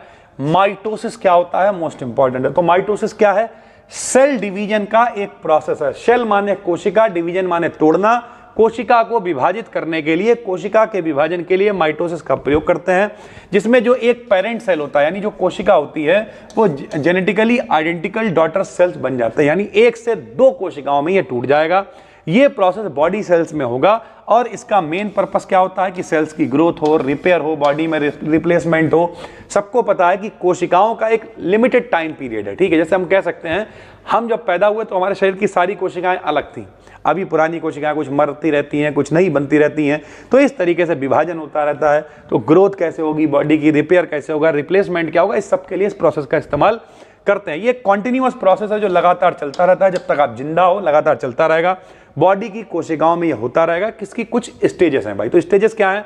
सबसे पहला प्रोफेज, प्रो माने शुरुआत वाला अवस्था है। क्या होगी इसमें? इस स्टेज में सेल डिवीजन की तैयारी होगी, यानी सबसे पहले कोशिका अगर टूटना है तो सबसे पहले हमें उसकी तैयारी करनी पड़ेगी। तो सबसे पहले तोड़ डाला भाई। तोड़ने में क्या होगा? जो क्रोमेटिन होगा, क्रोमेटिन क्या होते हैं? धागे होते हैं, सबको पता है। गुणसूत्र, क्रोमोसोम सुना? गुणसूत्र कैसे होते हैं भैया? धागों के समान संरचना होती है, उसे ही हम लोग क्रोमेटिन कह देते हैं, ठीक है। तो जो क्रोमेटिन होंगे वो थिक क्रोमोसोम्स में बदल जाएंगे, यानी ये कंडेंस होंगे, इकट्ठे होंगे, संघनित होंगे जितने भी क्रोमेटिन धागे, और वो पतले क्रोमोसोम्स में चेंज हो जाएंगे। हर क्रोमोसोम्स 2 सिस्टर क्रोमेटिड्स का बना हुआ होता है, यानी जितने भी गुणसूत्र होते हैं उसमें 2 क्रोमेटिड पाए जाते हैं। तो जो क्रोमेटिड होंगे वो सेंट्रोमियर से जुड़े हुए होते हैं। सबको पता है भैया क्रोमेटिड, देखो सबसे बड़ी बात क्या है, जो गुणसूत्र होते हैं वो धागे नुमा संरचना होता है जिन्हें हम लोग क्रोमेटिन कहते हैं, ठीक है। और क्रोमेटिन जो ये बना होता है गुणसूत्र, वो काहे से बना होता है? क्रोमेटिड से, 2 क्रोमेटिड से बना होता है जो जुड़ा होता है सेंट्रोमियर से। अब जो न्यूक्लियर मेम्ब्रेन है वो धीरे धीरे करके पिघलना, मतलब डिसॉल्व होना शुरू हो जाएगी, गलना शुरू हो जाएगी और स्पिंडल फाइबर्स फॉर्म में बनने लगेंगे भाई, ठीक है। यानी ओवरऑल क्या होगा कि देखो सरल भाषा में समझो क्या होगा। सबसे पहले हमारे पास क्या है? एक कोशिका है। अब हमें उस कोशिका को तोड़ना है, तो कोशिका को तोड़ने के लिए क्या होगा? तैयारी स्टार्ट होगी। जो क्रोमोसोम्स होंगे, क्रोमोसोम्स के अंदर क्या होगा? जो न्यूक्लियर मेम्ब्रेन है वो डिसॉल्व होना शुरू हो जाएगा, और जब वो डिसॉल्व होगा तो स्पिंडल फाइबर्स जो है वो बनने शुरू हो जाएंगे भाई, ठीक। अब जब ये बन गए, ये जो फाइबर्स हैं ये जब बन गए तो क्या होगा? तो बीच वाली अवस्था आएगी मेटाफेज। इसमें क्या होगा? जो जितने भी क्रोमोसोम्स यानी गुणसूत्र होंगे वो शेल के बीच में एक लाइन में अरेंज हो जाएंगे। जितने भी गुणसूत्र हैं वो सब इकट्ठे लाइन से अरेंज हो जाएंगे। फाइबर्स सेंट्रोमियर से अटैच हो जाएंगे, और जो फाइबर्स ये बने हैं वो सेंट्रोमियर से जाके कनेक्ट हो जाएंगे।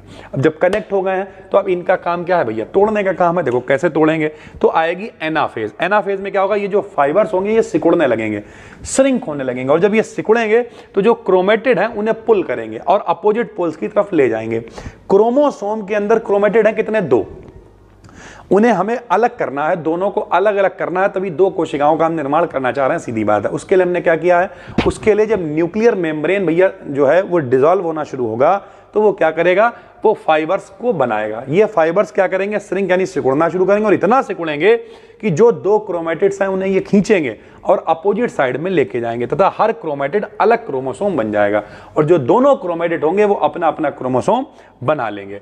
फिर क्या होगा? टेलोफेज आएगी आखिरी में। अपोजिट पोल्स पर पहुंचने के बाद जो क्रोमोसोम्स होंगे वो डीकंडेंस यानी अलग होने लगेंगे। न्यूक्लियर मेम्ब्रेन फिर से बन जाएगी, डिसॉल्व हुई थी जिसमें ये सब प्रोसेस वगैरह चल रहा था वो अपनी फिर से बन जाएगी।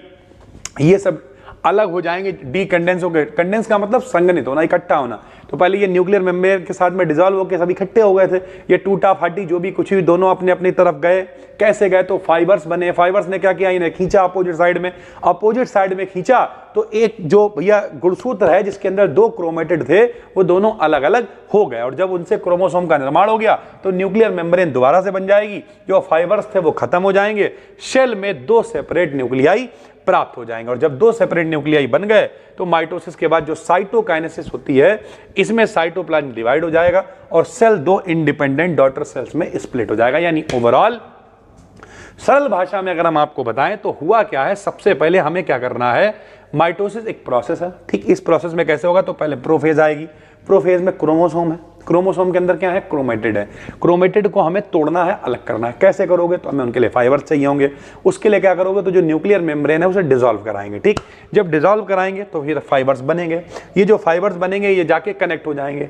जब ये सेंट्रोमियर से कनेक्ट होंगे तो ये क्रोमेटिड अपने आप सिकुड़ने लगेंगे, और जब ये सिकुड़ेंगे तो सिकुड़ने से क्या होगा? ये जो क्रोमेटिड हैं उन्हें खींच के अलग अलग साइड में ले जाएंगे, और जब अलग अलग साइड में दोनों को कर देंगे तो यहाँ नया क्रोमोसोम बनेगा, यहाँ नया क्रोमोसोम बनेगा। जब नया क्रोमोसोम बन जाएगा तो फिर आखिरी में टेलोफेज आएगी, जो भी हमारी जो डिसॉल्व हुई थी न्यूक्लियर मेम्ब्रेन वो दोबारा से बन जाएगी, दोनों अलग अलग हो जाएंगे, और अलग अलग होने के बाद लास्ट में जो साइटोकाइनेसिस में साइटोप्लाज्म जो है वो टूट जाएगा, और जब साइटोप्लाज्म टूटेगा तो दो अलग अलग कोशिकाओं का निर्माण हो जाएगा भाई। ठीक, इंपॉर्टेंट टॉपिक है न्यूक्लियस। ठीक, पेपर में ये लॉन्ग में आता है।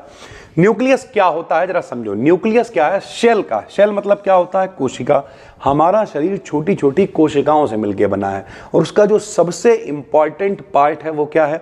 न्यूक्लियस है। तो न्यूक्लियस सेल का सबसे इंपॉर्टेंट पार्ट होता है, तथा जितनी भी यूकैरियोटिक कोशिकाएं होती हैं, सबको पता है कोशिकाएं दो तरीके की होती हैं, यूकैरियोटिक और प्रोकैरियोटिक। तो जितनी भी यूकैरियोटिक कोशिकाएं होती हैं उन सभी कोशिकाओं में न्यूक्लियस पाया जाता है।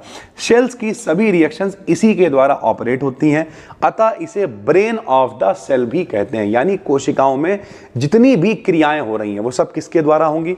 न्यूक्लियस के द्वारा। न्यूक्लियस मतलब ही नाभिक, सेंटर, सब कुछ न्यूक्लियस ही इंपॉर्टेंट है इसके लिए। तो न्यूक्लियस को ही क्या कहते हैं?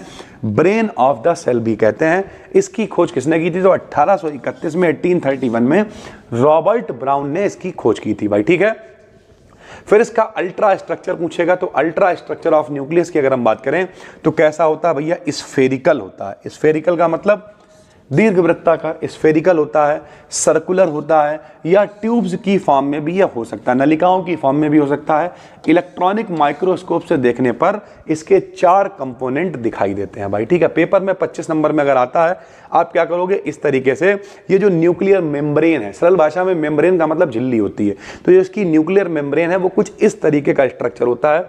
तो आप ये इसका डायग्राम भी बना के दिखा सकते हो। कैसे? कि भैया ये आउटर न्यूक्लियर मेम्ब्रेन है, बाहर वाली जो इसकी झिल्ली है, लेयर है, वो है। ये पोर मतलब छोटे छोटे छिद्र हैं, ये पोर कॉम्प्लेक्स है इसके अंदर, ये राइबोसोम्स हैं। ठीक है, तो इस तरीके से ये न्यूक्लियर लैमिना है। तो इस तरीके से आप दिखा सकते हो। ये इनर का मतलब ये आउटर वाली हो गई, इनर का मतलब ये बाहर वाली जो लाइन दिख रही है आउटर मेम्ब्रेन है, बाहर वाली झिल्ली का एरिया है। ठीक है, और इनर का मतलब क्या? ये अंदर वाला इसका एरिया है भाई। ठीक है, तो एक डायग्राम आप इसमें बना सकते हो, ज्यादा अच्छा रहेगा। नहीं भी बनाओगे तो उतना कोई दिक्कत नहीं है। तो नंबर 1 हम लिखेंगे न्यूक्लियर मेम्ब्रेन के बारे में, यही जो हमने डायग्राम यहाँ पे बनाया है।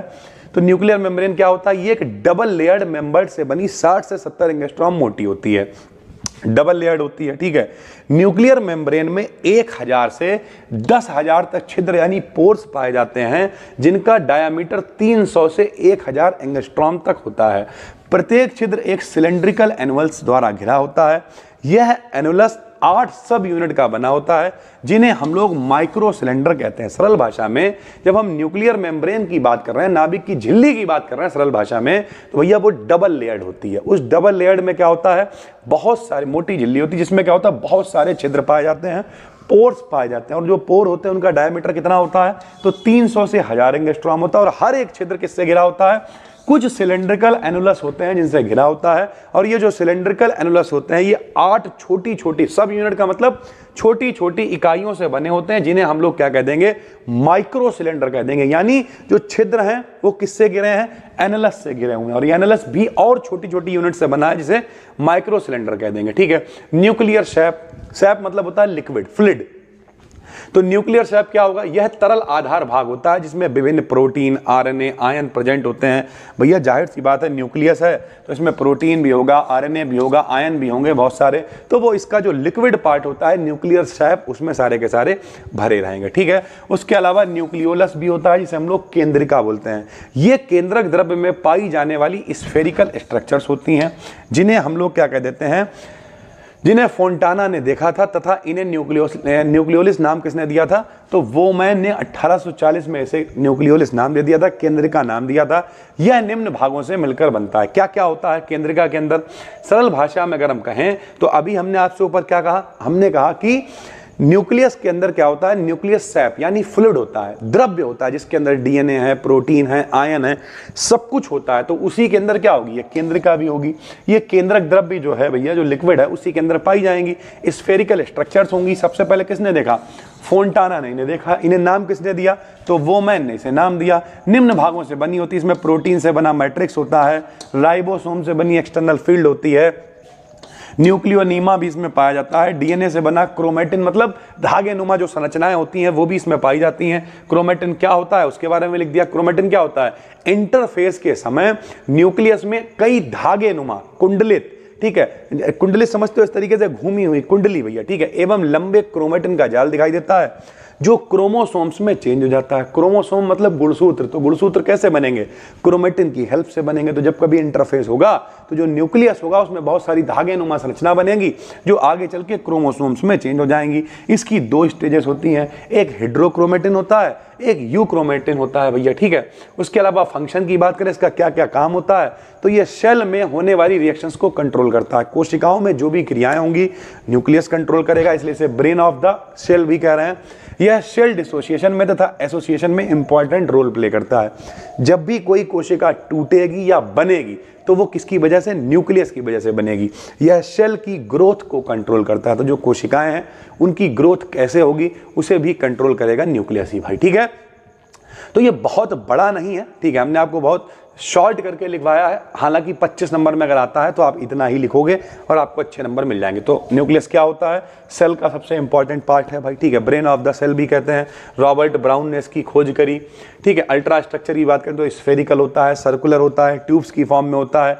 इसके अंदर क्या क्या होता है? तो इसकी झिल्ली होती है, डबल लेयर्ड होती है, छिद्र होते हैं, छिद्रों के चारों तरफ एनालस पाए जाते हैं जो कि सिलेंड्रिकल होते हैं, जो छोटी छोटी 8 सब यूनिट से बने होते हैं जिन्हें माइक्रो सिलेंडर कह देते हैं। इसका जो लिक्विड होता है उसे न्यूक्लियर सैप कहते हैं, जिसमें प्रोटीन, आरएनए, आयन, न्यूक्लियोसिस यानी केंद्रिका वगैरह ये सब पाया जाता है। जो स्पेरिकल संरचनाएं होती हैं, सबसे पहले इन्हें फोंटाना ने देखा था, ठीक है, बोमैन ने इन्हें नाम दिया था। इसमें क्या क्या होता है? तो इनमें मैट्रिक्स होती है, राइबोसोम्स की एक्सटर्नल फील्ड होती है, ये क्रोमेटिन वगैरह होते हैं। क्रोमेटिन क्या होते हैं? क्रोमेटिन कुछ धागे होते हैं जो आगे चल के जो है घूमे हुए धागे होते हैं जो आगे चल के गुणसूत्र में कन्वर्ट हो जाते हैं।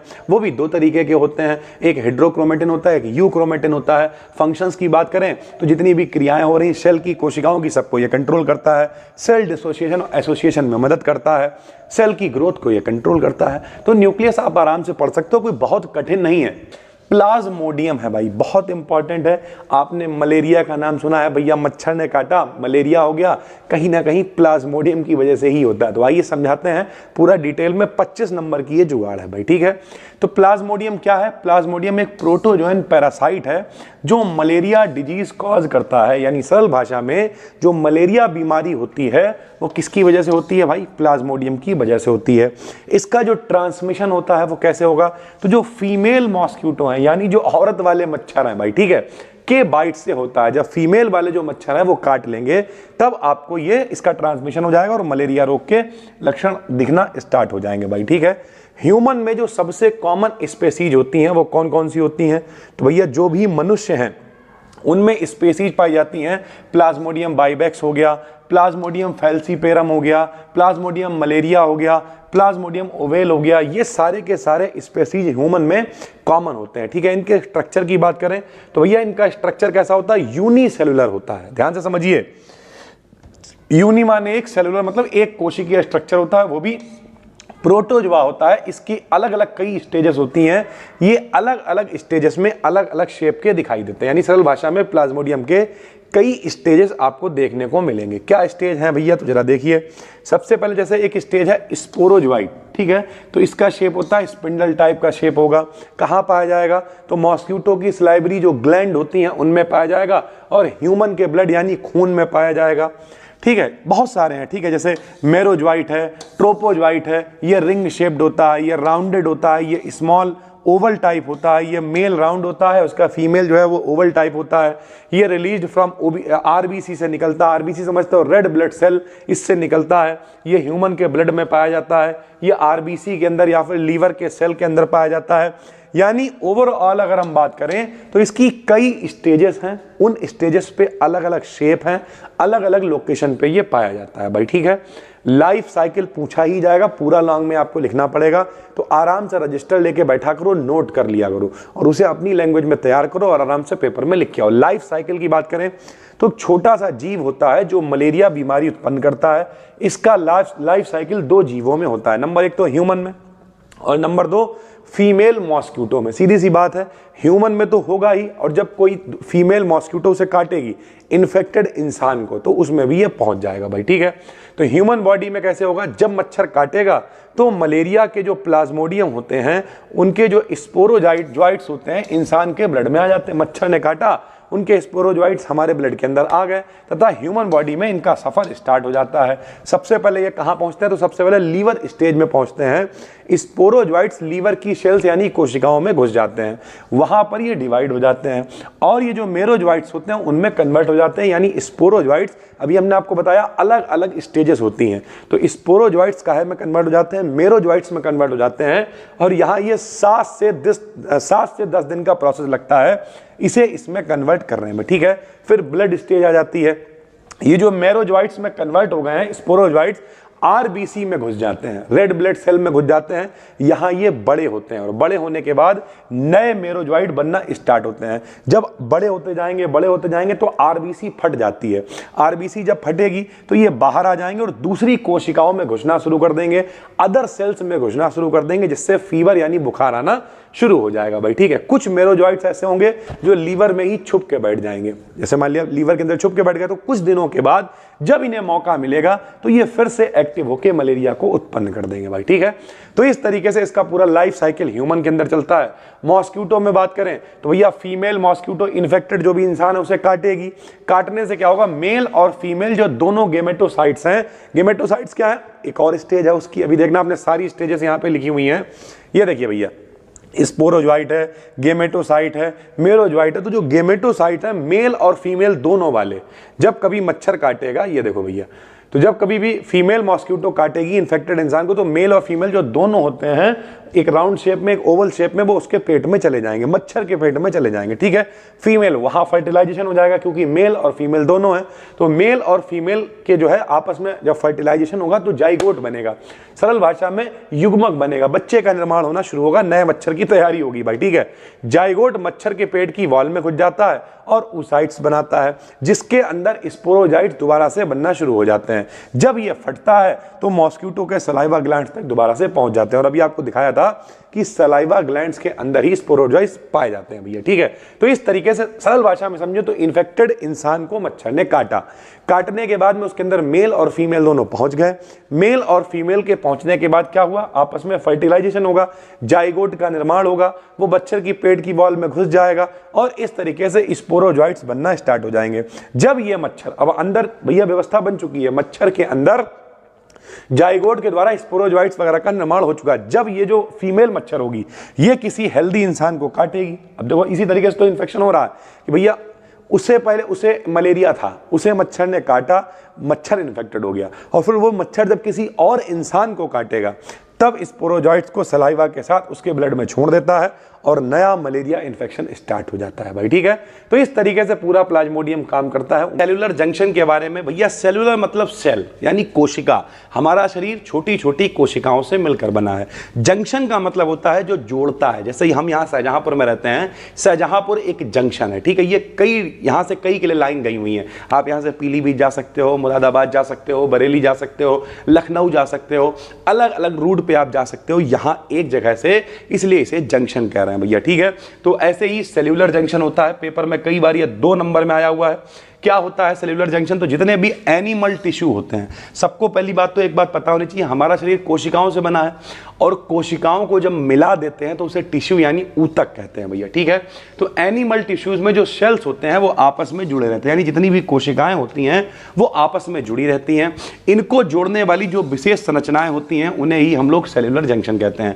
देखो पेपर में ये 2 नंबर में आएगा, हमेशा हर टॉपिक को ऐसे पढ़ो कि मोटा मोटा उसके बारे में पता रखो। कोई क्या, सेल्यूलर यानी कोशिका, जंक्शन यानी जोड़ने वाला, यानी ऐसी कुछ संरचनाएं जो एनिमल के अंदर कोशिकाओं को जोड़े रखती हैं उन्हें हम लोग सेल्यूलर जंक्शन कहते हैं, ठीक है। ये सेल्स यानी कोशिकाओं को मजबूती प्रदान करती हैं, आपस में जोड़े रखती हैं, पदार्थों का आदान प्रदान करने में सहायता करती हैं। तो सेल्यूलर जंक्शंस काफी इंपॉर्टेंट होते हैं हमारी कोशिका के लिए। टाइप की बात करें तो पहले होते हैं टाइट जंक्शंस, यानी कसे हुए, सेल्स को आपस में ये कस कर जोड़े रहते हैं ताकि कोई भी लिक्विड उसके अंदर से बाहर ना आए, तो ये होते हैं टाइट। दूसरा क्या होता है, गैप जंक्शन, पड़ोसी कोशिकाओं के बीच छोटी छोटी जगह होती है जिनमें क्या होता है, आयन होते हैं, अणु होते हैं, इनका जो है वो ट्रांजैक्शन इधर उधर होता रहता है, आदान प्रदान रहता है, उनके बीच में गैप रहता है, उस गैप से ही आयन और अणु आते जाते रहते हैं, इन्हें गैप जंक्शंस कहते हैं भाई, ठीक है।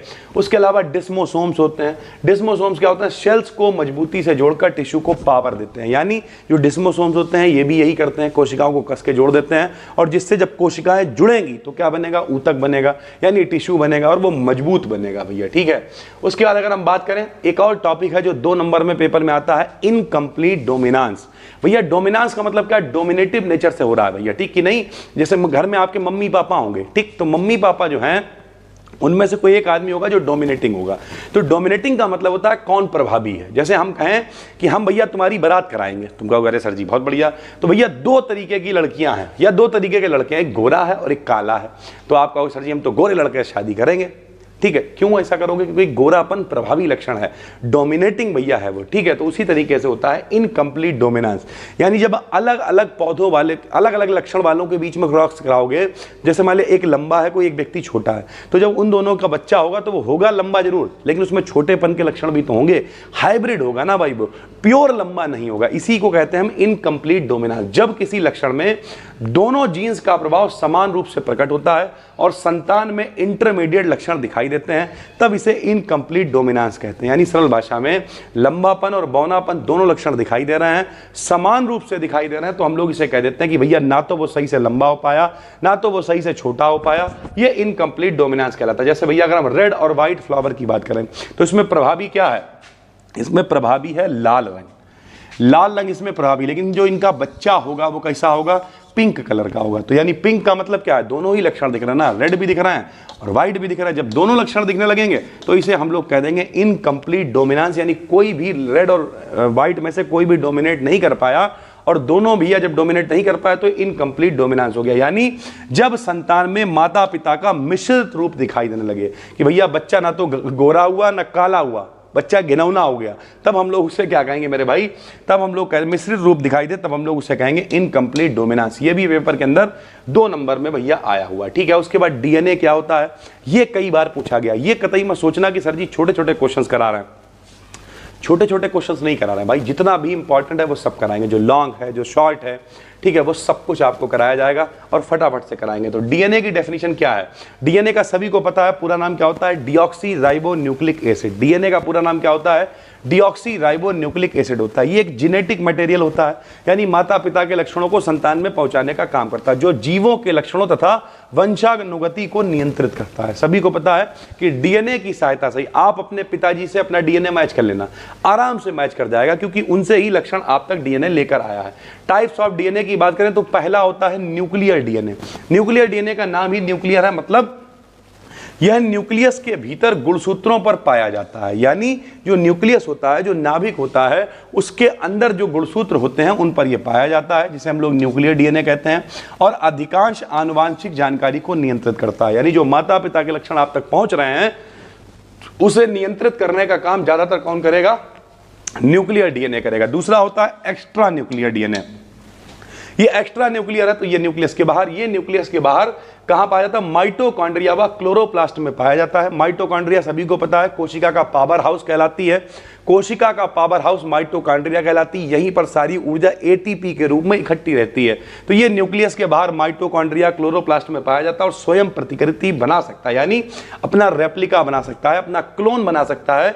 ये एक्स्ट्रा न्यूक्लियर डीएनए होता है भैया, ठीक है। तो अगर आपसे कोई पूछे डीएनए 2 नंबर में आ जाए, हालांकि इसका लॉन्ग वाटसन क्रिक मॉडल वगैरह आपको कराएंगे, लेकिन 2 नंबर में अगर आ जाए, जो हमने पहली वीडियो आपको दी थी मायोसिस वो लॉन्ग की थी, लेकिन एक्स्ट्रा डोमिनेंस है, डीएनए है, ठीक है। उसके अलावा अभी हमने आपको क्या दिखा रखा है? ये जंक्शंस हैं, ठीक है, सेल्यूलर जंक्शंस, ये सब 2-2 नंबर वाले क्वेश्चंस हैं और बार बार पेपर में रिपीट होते रहते हैं। तो ये सब आपको फटाफट से पढ़ना शुरू कर देना भैया, आराम से नोट्स बनाओ और लिखना शुरू करो। जैसे एक ये लॉन्ग क्वेश्चन है, पेपर में कई बार आया, difference between virus and bacteria. ये एक लॉन्ग क्वेश्चन है, इसे आपको पढ़ना है भैया। क्या होता है आओ समझते हैं। वायरस और बैक्टीरिया के बीच में क्या अंतर है? तो नंबर 1 हमने लिखा, ये लॉन्ग में आया है तो लॉन्ग में कम से कम आपको 5, 6, 7 पॉइंट लिखने पड़ेंगे। वायरस में सेल स्ट्रक्चर नहीं होता, यानी इसमें कोशिकाओं का स्ट्रक्चर वायरस में नहीं पाया जाता है, जबकि बैक्टीरिया में जो प्रोकैरियोटिक कोशिकाएं होती हैं, कोशिकाएं 2 होती हैं, प्रोकैरियोटिक, यूकैरियोटिक। तो जो बैक्टीरिया होते हैं उनमें प्रोकैरियोटिक वाली कोशिकाएं पाई जाती हैं। इनमें सेल वॉल यानी कोशिका की जो भित्ति है, झिल्ली है, जो कवर करती है आवरण, वो होता है। साइटोप्लाज्म पाया जाता है, राइबोसोम पाया जाता है, यानी बैक्टीरिया के अंदर कोशिका वाला सब इंतजाम पाया जाता है। वायरस के अंदर नहीं पाया जाता है, ठीक है। उसके बाद जो वायरस होता है वो होस्ट सेल के बाहर नॉन लिविंग होते हैं, यानी वायरस के पास खुद की कोशिका नहीं है, ये कहीं पर रहेगा। होस्ट मतलब क्या होता है? मेजबान, ये मेहमान बन के रहेगा और होस्ट सेल के बाहर नॉन लिविंग, यानी जब तक इसके पास कोई कोशिका नहीं है जो इसके लिए भोजन वगैरह बना पाए तब तक ये नॉन लिविंग है, जिंदा ही नहीं होते सरल भाषा में, और होस्ट के अंदर जाकर ही जीवित रह सकते हैं, अच्छी तरीके से बिहेव कर सकते हैं। जबकि बैक्टीरिया के पास जब खुद की भैया कोशिका है तो वो हमेशा लिविंग होता है, यानी जिंदा की तरह काम करता है भैया, ठीक है। वायरस बहुत छोटे होते हैं, बैक्टीरिया काफी बड़े होते हैं इनकी तुलना में। वायरस में डीएनए या आरएनए पाया जाता है, जबकि बैक्टीरिया में केवल डीएनए ही पाया जाता है, इसमें आरएनए नहीं पाया जाता है।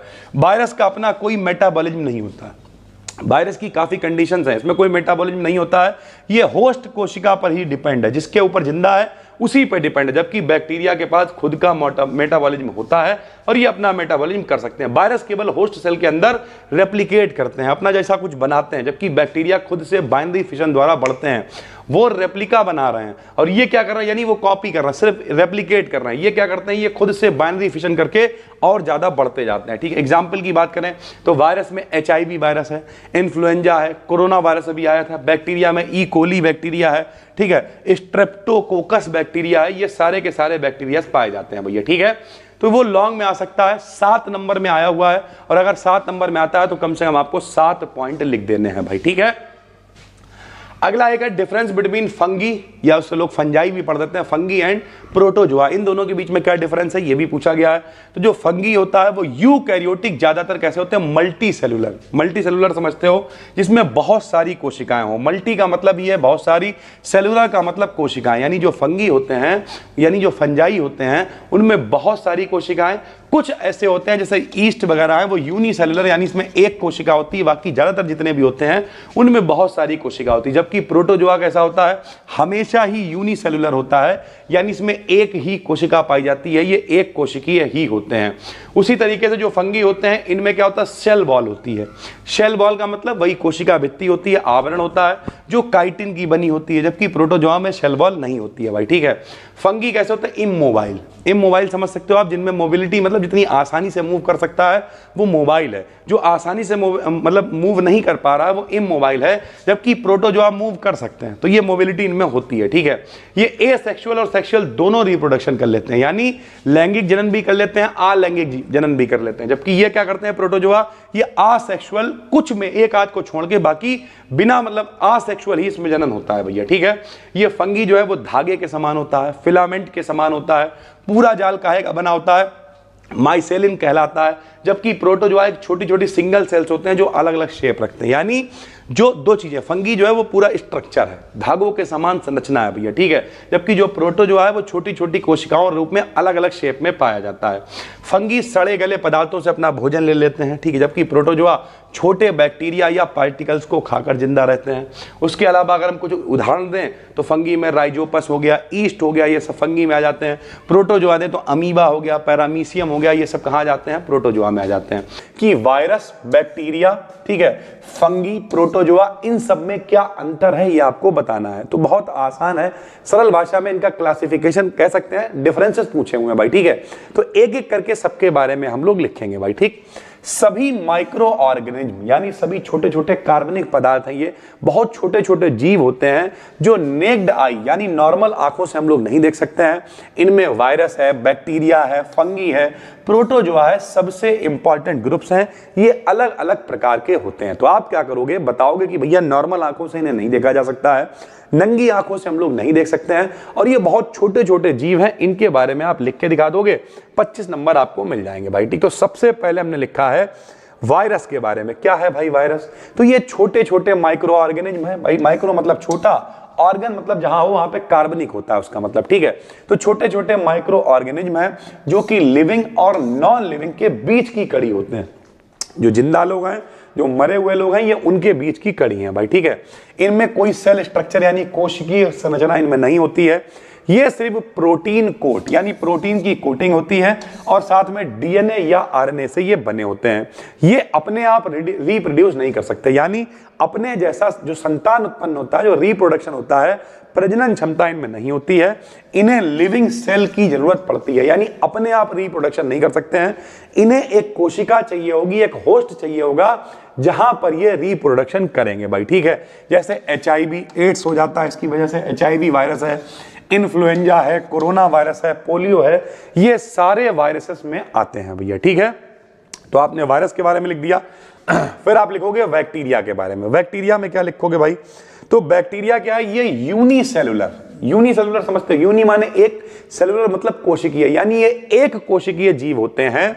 इनके पास प्रोकैरियोटिक न्यूक्लियस होता है। इनकी जो सेल वॉल होती है वो काहे की होती है? पेप्टाइडोग्लाइकेन से बनी हुई होती है। ये डिफरेंट शेप में मिलते हैं तथा रिप्रोडक्शन बाइनरी फिशन से होती है। कुछ बैक्टीरिया यूजफुल होते हैं, जैसे दही वाला बैक्टीरिया अपने काम का है। नाइट्रोजन जो स्थिरीकरण होता है वो भी अपने काम का है। मोटी मोटी बात करें तो बैक्टीरिया के बारे में आप कैसे देखोगे? यूनिसेलुलर होते हैं, एक कोशिकीय होते हैं। इनके पास न्यूक्लियस कैसा होता है? प्रोकैरियोटिक न्यूक्लियस होता है। इनकी जो सेल वॉल यानी कोशिका की जो झिल्ली होती है वो काहे की बनी होती है? पेप्टाइडोग्लाइकेन की बनी होती है। अलग अलग आकार में मिल जाते हैं। रिप्रोडक्शन बाइनरी फिशन के द्वारा हो जाता है, ठीक है। बाइनरी मतलब समझते हो? दो लोग आपस में संलयित होंगे, कुछ नया बनेगा भाई, ठीक है। और कुछ बैक्टीरिया यूजफुल होते हैं, दही वाला, नाइट्रोजन फिक्सेशन वाला, ये सब काम में आता है, ठीक है। फंगी की बात करें तो ये यूकैरियोटिक ऑर्गेनिज्म होते हैं। ये कैसे होते हैं? यूकैरियोटिक होते हैं भैया, ठीक है। इनमें न्यूक्लियस पाया जाता है। ये एक कोशिकीय यानी यूनिसेलुलर भी हो सकते हैं या फिर मल्टी सेलुलर यानी बहुकोशिकीय भी हो सकते हैं। इनकी जो सेल वॉल होती है वो काहे की बनी होती है? काइटिन की बनी होती है। उनकी सेल वॉल किसी और की बनी है, इनकी सेल वॉल किसी और की बनी है। इनमें जो रिप्रोडक्शन होता है वो किसके द्वारा होता है? स्पोर्स के द्वारा होता है। कुछ फंगी डिजीजेस भी करते हैं, जैसे ईस्ट से बीमारी हो सकती है, पेनिसिलम से बीमारी हो सकती है। तो कुछ फंगी जो होते हैं या फंजाई, आप जो भी पढ़ो, तो कुछ फंगी जो होते हैं इनसे बीमारियां भी होती हैं। इनमें जो रिप्रोडक्शन होता है वो किससे होता है? स्पोर्स के द्वारा होता है। इनसे पहले वाले में कैसा होता है? फिशन के द्वारा। नॉर्मली दो मिलेंगे, बाइनरी फिशन के द्वारा हो जाएगा। उससे पहले वाला जो है उसमें क्या होगा? अपने आप रिप्रोडक्शन नहीं कर पाएंगे। एक कोशिका चाहिए होगी, एक होस्ट चाहिए होगा जहां पर जिसकी मदद से वो रिप्रोडक्शन करेंगे भाई, ठीक है। और चौथा आप लिख दोगे किसके बारे में? चौथा आप लिख दोगे प्रोटोजोआ के बारे में। तो ये भी यूकैरियोटिक ऑर्गेनिज्म ही होते हैं, सबको पता है। यूकैरियोटिक कोशिका, प्रोकैरियोटिक। तो ये यूकैरियोटिक वाले होते हैं, इनमें भी न्यूक्लियस होता है। सेल वॉल इनमें होती ही नहीं। एक में काइटिन की बनी थी, ठीक है, एक अलग अलग तरीके की बनी थी, इनमें सेल वॉल होती ही नहीं है। ये एनिमल लाइक माइक्रो ऑर्गेनिज्म होते हैं, जीवों की तरह ये होते हैं, जो कि कैसे होते हैं? हिड्रोट्रॉपिक होते हैं। यानी हिड्रोट्रॉपिक का मतलब दूसरों से खाना लेते हैं। एक हो गया होमोट्रॉपिक, एक हो गया हिड्रोट्रॉपिक। बिस्मांगी सरल भाषा में दूसरे से खाना लेके जिंदा है, खुद अपना भोजन नहीं बना पाएंगे। रिप्रोडक्शन मोस्टली बाइनरी फिशन इनमें भी होता है या फिर सेक्सुअल मेथड से होता है, जैसे अमीबा हो गया, पैरामीशियम हो गया, प्लाज्मोडियम तो आपके कोर्स में है, मोस्ट इंपॉर्टेंट है। इसकी पीडीएफ बन गई है, आज शाम तक या कल तक प्लाज्मोडियम की वीडियो भी ऐड हो जाएगी भाई, ठीक है। तो प्लाज्मोडियम हो गया। इनसे बीमारियां कौन सी होती हैं?